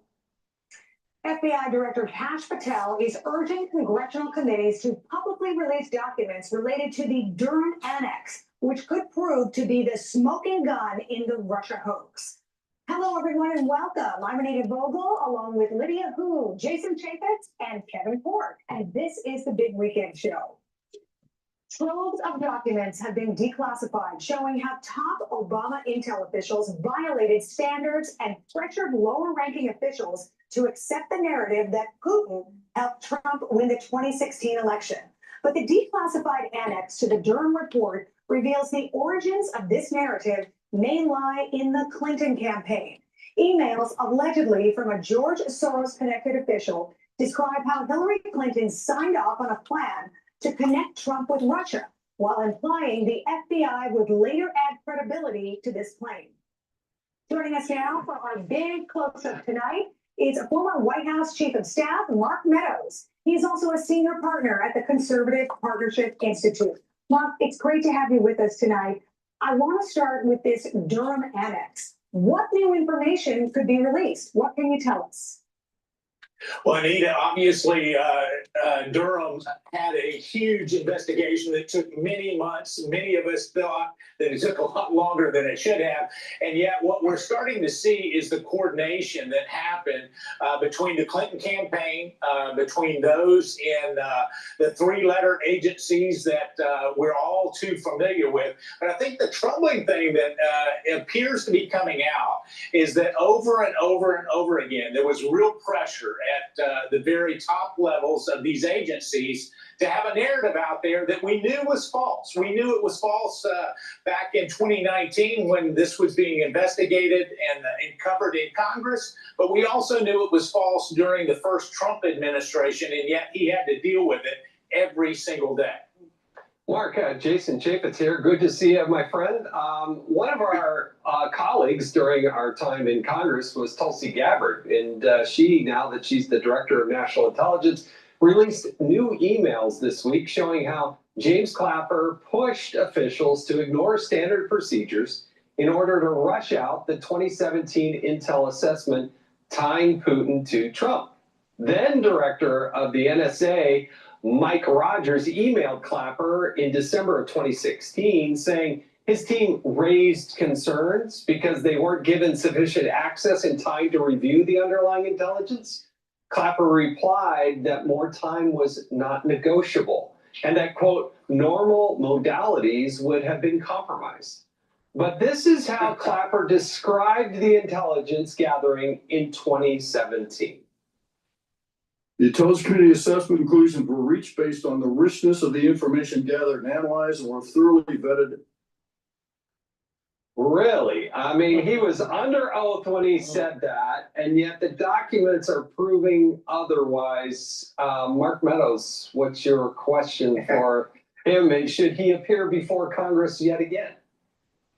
Well, I think so, and I'll refer to you as Mr. Chairman because I had the honor of serving with you when you were the chairman, and you know that this doesn't pass the smell test, Jason, and quite frankly, what we're seeing released is not actually coordinating with the sworn testimony, and you pointed that out, sworn testimony before Congress. But I think the troubling thing for me, Jason, is as you started to look at all of this, was the real pressure. This was not just a normal get me the best information. It was let's get it done. We've got to get it done yesterday. Why? Because they were going to be out of office, and if they were going to initiate this narrative, it had to be done right away. That's right. That's exactly right. Mark, Lydia Hu here. Nice to see you this evening. As you are probably aware, Senator Adam Schiff is embroiled in another scandal, thanks to a Democrat whistleblower this time. According to newly released FBI documents, that whistleblower, a former staffer on the House Intel Committee, says they heard then Congressman Schiff tell a group of staffers at a 2017 meeting that they would leak classified information to indict President Trump. When the whistleblower told them that this would be illegal, they responded that, quote, they would not be caught. Well, the DOJ stopped the investigation, claiming congressmen have immunity to all of their speech. Schiff denies any wrongdoing, calling it absolutely and categorically false. But Mark, my question to you is, with this new information, should there be another review of all of this, all these revelations, and could there actually this time be some accountability? Well, hopefully there will be some accountability, Lydia, but I can tell you that the interesting thing here is as they start to talk about speech and debate, his actions had nothing to do with speech and debate. Listen, the only thing that's not surprising to me is the fact that there were leaks coming out of the Democrat operatives, many of them, including Chairman Schiff, I was served with. And yet I can tell you, when we were in SCIFs, oftentimes when it was during the impeachment trials for Donald Trump, where some of these topics we're talking about, we could take a break from the SCIF and go out and find the Democrat talking points of what we discussed in the SCIF already given to the legacy media, and they were asking questions about it. So does it surprise me? No. Should it be investigated further? Absolutely. And those that are guilty should be held accountable. Chief, it's Kevin. Great to have you on the program tonight, and I hope you have a wonderful weekend. I'm going to ask you about James Comey while we have you. He's also in a bit of hot water over these newly released FBI memos. Now, according to the documents, the former director hired his friend, a guy by the name of Daniel Richmond, to discuss classified information with him and then to use him as a media liaison. Richmond spoke to the media without consulting DOJ officers, and that includes, by the way, the offices of public affairs. And several times, by the way, this did happen. And he did that, and sometimes he would try to get out there and run cover, correct stories that were critical of Comey in this effort to sort of shape the press coverage. But this is what Mr. Comey told Congress in May of 2017. Listen. Director Comey, have you ever been an anonymous source in news reports about matters relating to the Trump investigation or the Clinton investigation? Never. Has any classified information relating to President Trump or his associates been declassified and shared with the media? Not to my knowledge. Elevate your game this season at Dick's. Score the latest gear from the best brands for football, soccer, volleyball, and more. Plus, choose from thousands of cleats from Nike, Adidas, Jordan, and other top brands. Not to my knowledge. Oh, boy. Well, that was then. This is now. So, Chief, I'm wondering, how likely do you think it might be that a court could find that Comey did leak classified information to the press? Well, I can't really speak to that as much, Kevin, but what I can opine on is this name that you heard, that you mentioned, is not the first time that we've heard this name. In fact, I believe he was classified as a special government employee at one time. But what we also know is that wherever Director Comey went, there was a plethora of reporters that seemed to have unbelievable information and insight into what was going on in the FBI and DOJ. And so I think that, if you start looking at the sources that were feeding the information to the press well beyond James Comey, I think you'll start to see really the breadcrumbs that lead back to an FBI that was politicized against Donald Trump. All right, Mark Meadows, thank you so much for joining us tonight and answering all of our questions. We really appreciate it. Have a great weekend. Great to be with you. Take care. God bless. Thank you. You too. Thanks. Jason, this is now 8 years ago, and I believe you were in Congress at the time, right? And it feels like just now, after 8 years, the American public is finally getting the details of possibly what was going on. And, I've heard a lot of people say, oh, you know what? We should just move on. It's in the past. We should move on. But we can't move on, because if we don't find out what happened, it could happen again. Yeah, and we're finding out that it's worse than ever. And thanks to Donald Trump. Donald Trump has taken the initiative to open this up. And if it weren't for Attorney General Pam Bondi, Kash Patel, and others, this would have been covered up even more. One thing I want to add to what Mark Meadows said, because he was spot on. He was exactly right. But let's also remember the Inspector General, Michael Horowitz, for the Department of Justice, they made a criminal referral to the DOJ to prosecute several people within the FBI, one of which was accused. The accusation was that he was sharing information, trading that information for dinners and other sorts of favors, and they wanted to prosecute him, and the Department of Justice said, no, they're not going to do that. That happened multiple times, but specifically on the leaking of information and giving information inappropriately in exchange for gifts, right? And yet they still didn't prosecute him. So I'm glad Donald Trump's on it now. They've got a long ways to go. And by the way, there's no reason why the Department of Justice can't just release this information. They don't have to rely on Congress to do it. They gave it to Congress, and now they're encouraging Congress to release it. But DOJ, you can release it. Absolutely. Some of these people, Jim Comey, James Clapper, they were under oath making these statements, right? So, Lydia, what do you think about consequences for people? Are people going to be held accountable? And do you see anybody facing any jail time here? It kind of goes back to just like a basic principle of us as parents, just kind of tell our kids, you got to tell the truth. You got to tell the truth all the time. And it's really disappointing when you hear allegations of that. We just saw it right before our eyes, that situation where it seemed like, I'm not sure that person was telling the truth under oath, which we all know is perjury. Right. So it seems like there should be some real questions on just like basic truth telling in Congress. I did ask Mr. Meadows there about, accountability, because it does feel like for so many years we've heard this steady drip, drip, drip of information. And you're right, we're just now finally getting, peeling back the layers, and, maybe there can be some accountability.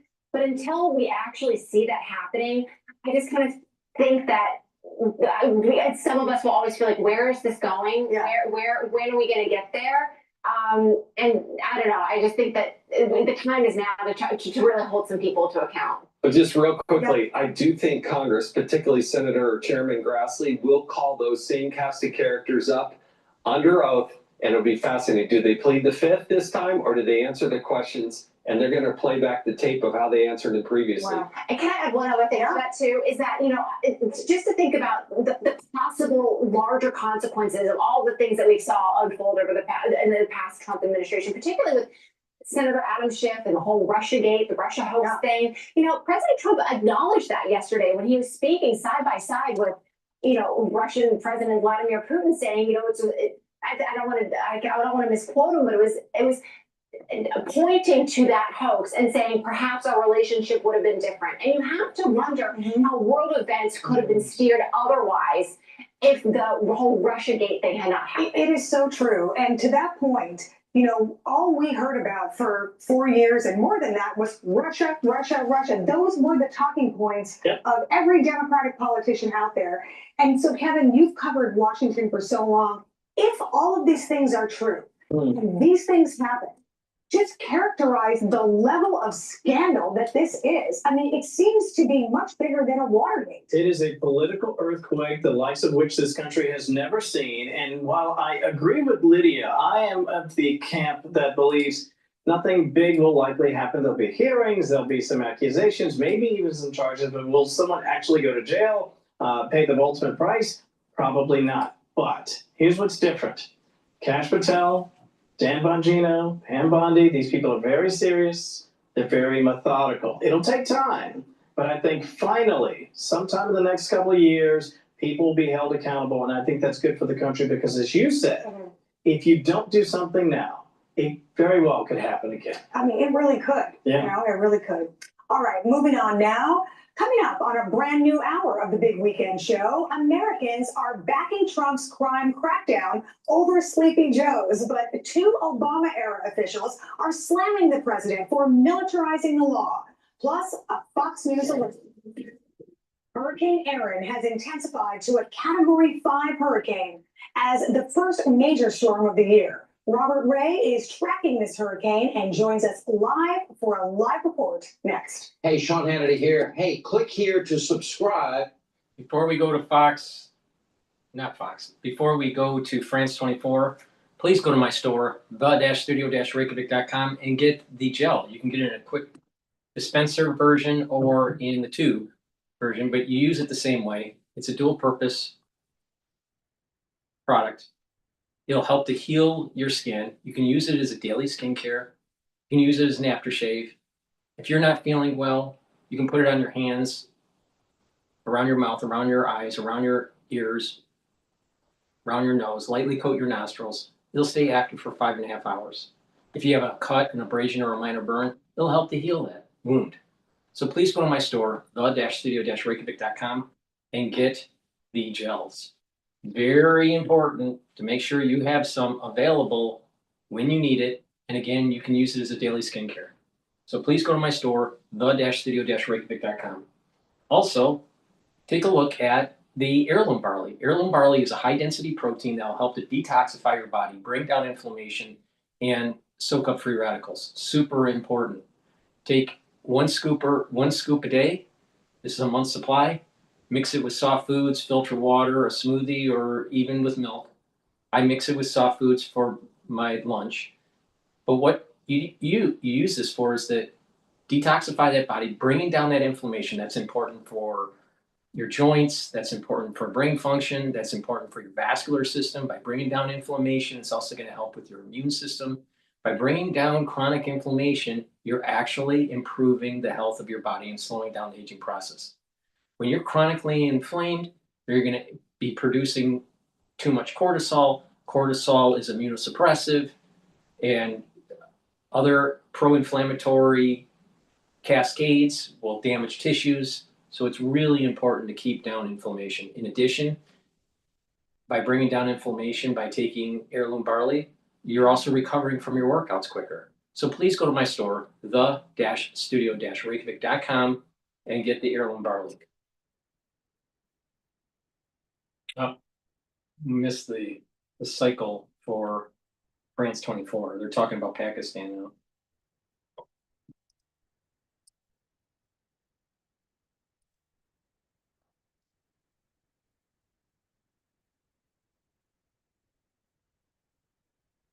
Go to Sky News, see what they have to say. Lanier by Neuromod Devices uses dual mode stimulation to soothe tinnitus. Lanier combines sound stimulation and Dozens of arrests across Israel this Sunday in a nationwide day of protest. You can see the black smoke in the distance where they blocked the road. It's another one of these acts of a civil initiative, they're calling it, but basically it's a whole series of civil disturbances all the way around the country on this day of stoppage, blocking roads, blocking traffic, causing obstruction, so that people can say, we want to stop this war, make it end, bring the hostages home, stop the war. It's almost like a flash mob demonstration. Protesters here long enough to make their mark, and then they move on again to the next location before the police get heavy-handed. We want the war to end. We want our hostages back. We want our soldiers back safe home. And we want the humanitarian disaster in Gaza to end. We do not want to have these crimes made in our name. For all the outrage, though, it is the same old story. Benjamin Netanyahu determined to press on regardless, ramp up the fight in Gaza, and ignore the sentiment on the street. Those who are calling for an end to the war today without defeating Hamas are not only hardening Hamas's stance and delaying the release of our hostages, they are also ensuring that the horrors of October the 7th will recur again and again. You cannot eliminate a terror organization to the last person. So, from my point of view, this is eternal war. This former Air Force reservist wants to be known just by the call sign F. He used to be responsible for coordinating airstrikes on targets in Gaza, but he quit in protest and fears that Netanyahu is leading his troops into a death trap. There have been so many Palestinians killed. How does that make you feel? Because these strikes are clearly not surgical. However much you may try, they are not. The uninvolved death toll is tough. It's tough personally, it's tough emotionally, it's tough professionally. It shouldn't happen. When you conduct a war at this scale, it will happen. It will happen even if you don't want it. It will happen because of mistakes, because of the chaos in war. My view is a child is a child. You probably read the papers. There's a soldier committing suicide once a week in Israel. Silent victims of that same whole thing that we are at. Soldiers are being killed in Gaza. And for what? The war should have stopped months ago. Let's go to Maxwell's arrival to Texas prison. But before we do that, please go to my store, the-studio-reykjavik.com. Get the vitamin D3. This supplement will help with gene expression. It's a cofactor for gene expression. D3 also helps to get cells to go into apoptosis. And D3 helps to absorb calcium. So it's really important. It stacks really well with K2, MK7 molecule to absorb calcium. D3 will also work better if you have magnesium in your diet or you're in supplementation. And I have many ways for you to take magnesium, either through the vitamin C magnesium supplement, magnesium and zinc supplement, or the Boomer Boost. But taking magnesium will increase the efficacy of vitamin D3. But when you couple D3 with K2, you'll be able to absorb calcium. That will help with your cardiovascular health and also help with your bone density, especially when you do resistance training. Another great supplement that I have is nattokinase. Nattokinase is going to help to break up clots. It's fibrinolytic, and nattokinase will help to improve your lipid profile. It'll help to bring down LDL levels and increase your HDL levels. When you do that, you're reducing the chances of oxidized LDL, and by reducing oxidized LDL, you're reducing plaque formation. Really important to take. So please take nattokinase every day. Please go to my store, the-studio-reykjavik.com. Use discount 5. You get $5 off any order. If you spend $100 or more, you get a free gift until supplies last. It's launched an investigation yesterday after a woman was assaulted.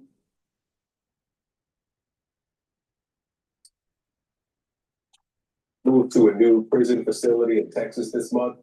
Now, her arrival is not sitting well with some of her fellow inmates. You see, most of the inmates are there for white-collar, non-violent crimes.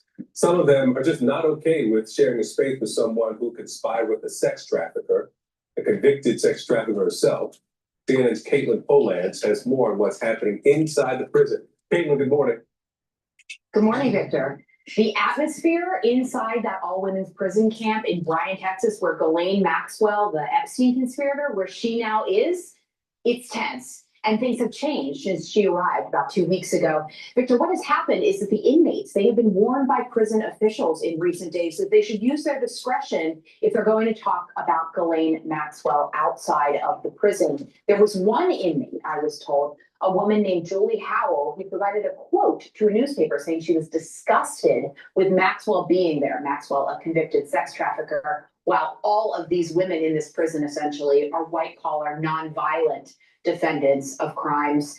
This woman, Julie Howell, she provided this quote, and then prison officials pulled her out of a puppy training class at the prison camp and sent her away to a detention center in Houston, moved her out of the Bryan prison camp, which it is prison, so it is a difficult place to live, but it also is much more comfortable than other types of facilities across the federal prison system for the inmates who live there. The lawyer of this woman, Julie Howell, Patrick McLean, he told me in talking about what happened here, nobody's going to say anything about Ghislaine Maxwell now. Are you kidding me? So that's just a glimpse of what it's like inside that prison. One thing that I have learned as well is that Ghislaine Maxwell may not be eligible for all of the programs that women in that prison camp are able to participate in or at least apply for. One of those programs, puppy training. Just mentioned Julie Howell was in that puppy training class. Puppy training is something that people in that prison can apply to do to train service dogs for people when they're puppies in their early moments of life as dogs. The CEO of the group Canine Companions told me this week that Ghislaine Maxwell, as someone convicted of sex trafficking minor girls, she would not be eligible to apply for that program and be able to have a puppy inside the Bryan, Texas federal prison camp. There still are a lot of questions, Victor, on exactly why Ghislaine Maxwell was transferred there from a low security prison in Tallahassee, Florida, that would house violent offenders, even gang members. But there isn't a lot of answers, none coming at this time from the Justice Department or the Bureau of Prisons. However, Ghislaine Maxwell's attorney this week did post on social media that she is in a safer facility now in Bryan, Texas, and faced serious danger at the correctional institution in Tallahassee, Florida. Previously, she was moved, I should note as well, after she spoke to federal authorities in a limited immunity agreement. So a lot of questions still around this situation and what's happening inside the prison in Bryan, Texas. Victor, back to you. All right, Caitlin, thank you very much. All righty.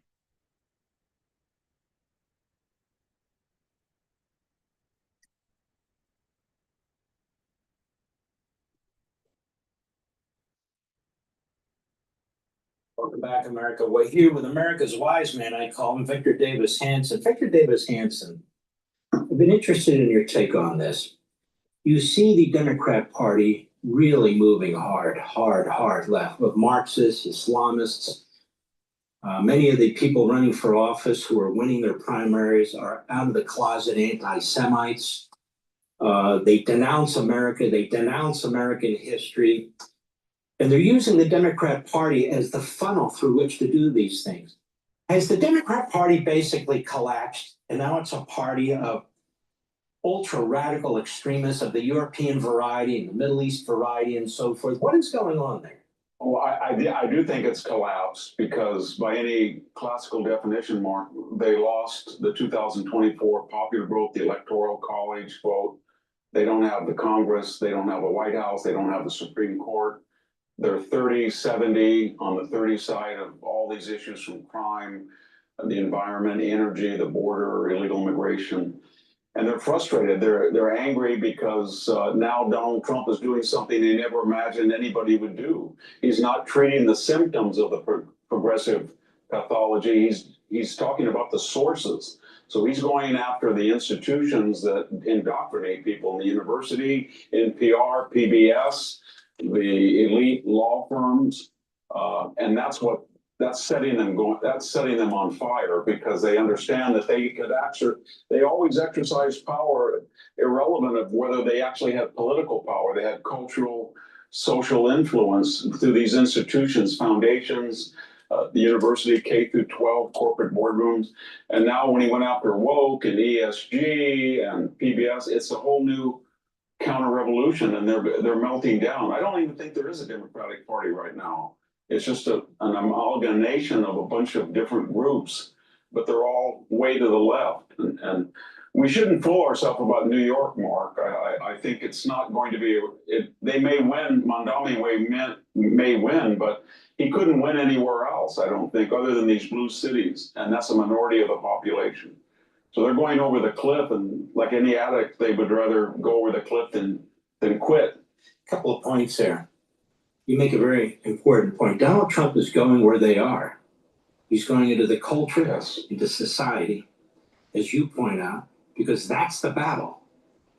It's superficial just to think about politics. It's important to win elections, but you're talking about the entrenched, the enshrined, something that the radical leftists have wanted to do since Woodrow Wilson and so forth, control the culture, control the society. They've been doing it. Well, Republicans have basically been dancing on the surface of this thing, and Trump instinctively understands, I got to get to the roots of this thing, which I think is your point. Yeah. And quibble a little bit, I don't think New York is an exception.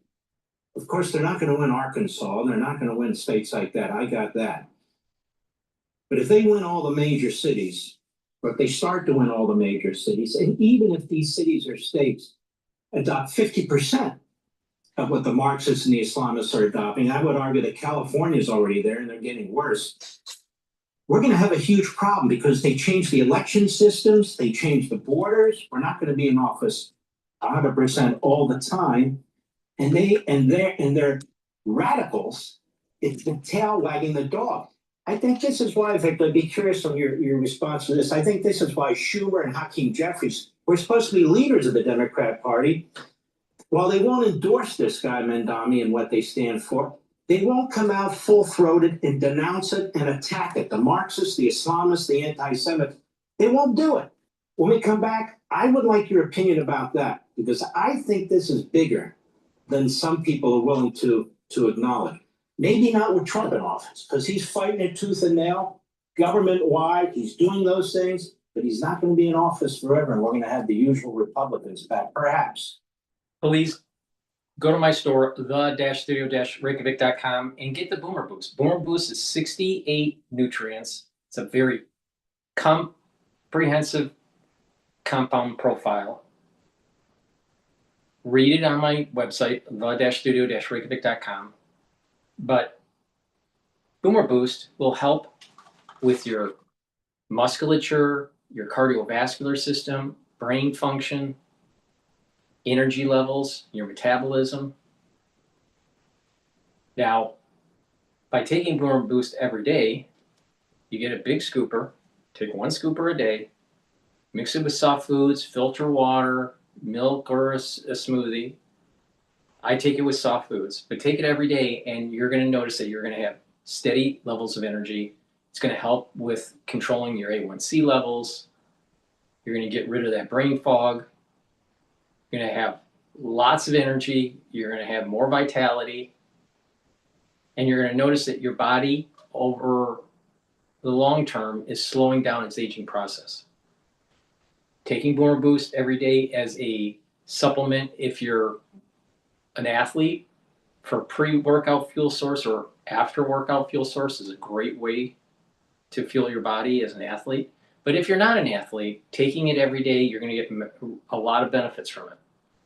In addition, you can stack it with the barleys. I have Gladiator barley and heirloom barley, or you can just take them separately. It's up to you. But you get max benefit when you stack it together. So the Gladiator barley, you get all the benefits like I mentioned with the heirloom barley.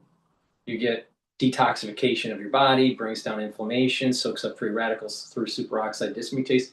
The Gladiator barley will also help to build muscle. This stacks really well with Myotrol, and again, it stacks really well with Boomer Boost. You take it every day. Now you can take Gladiator barley separately and not take Boomer Boost, and vice versa. You can take Boomer Boost by itself and not take the barley. But you get the max benefits when you take them together. And you're going to notice that your body's healing, you're bringing down inflammation, you're slowing down the aging process. Stacks really well with a lot of the other stuff that I have on my store, like the Myotrol. I have a core protocol. So you do the foundation, which is the multivitamin and the probiotics. And you build off of that by doing the core protocol, and that is the Max 35, Max 14, or cleanse to boost up your immune system. C60 soaks up the free radicals. That's the second pillar. Third pillar is the turmeric, the ashwagandha, and the lignans to help with your cardiovascular health and your immune system.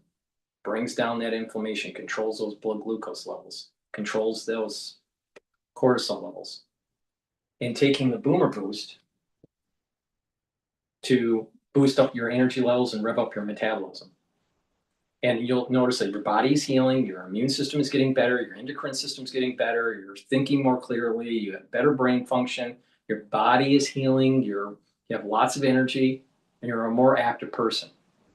So that's the main protocol, and you can add to that the omega-3s and the vitamin B complexes, the zeolites, and you can stack off of that. So the foundation, which is the multivitamin and the probiotic, and then the pillars to the core protocol, and then you can add to it to customize your particular health protocol. So please go to my store, the-studio-reykjavik.com, and get the Boomer Boost. Very important. And like I said, if you stack it together, get the max benefits. So please go to my store, the-studio-reykjavik.com. Make sure you use discount 5. You get $5 off any order. It's a great way to save money. And better yet, if you spend $100 or more, you will get a free gift until supplies last. So please go to my store, the-studio-reykjavik.com. That's the end of the broadcast. Please help support the work by going to my store and getting the great products that I offer. Thank you for listening.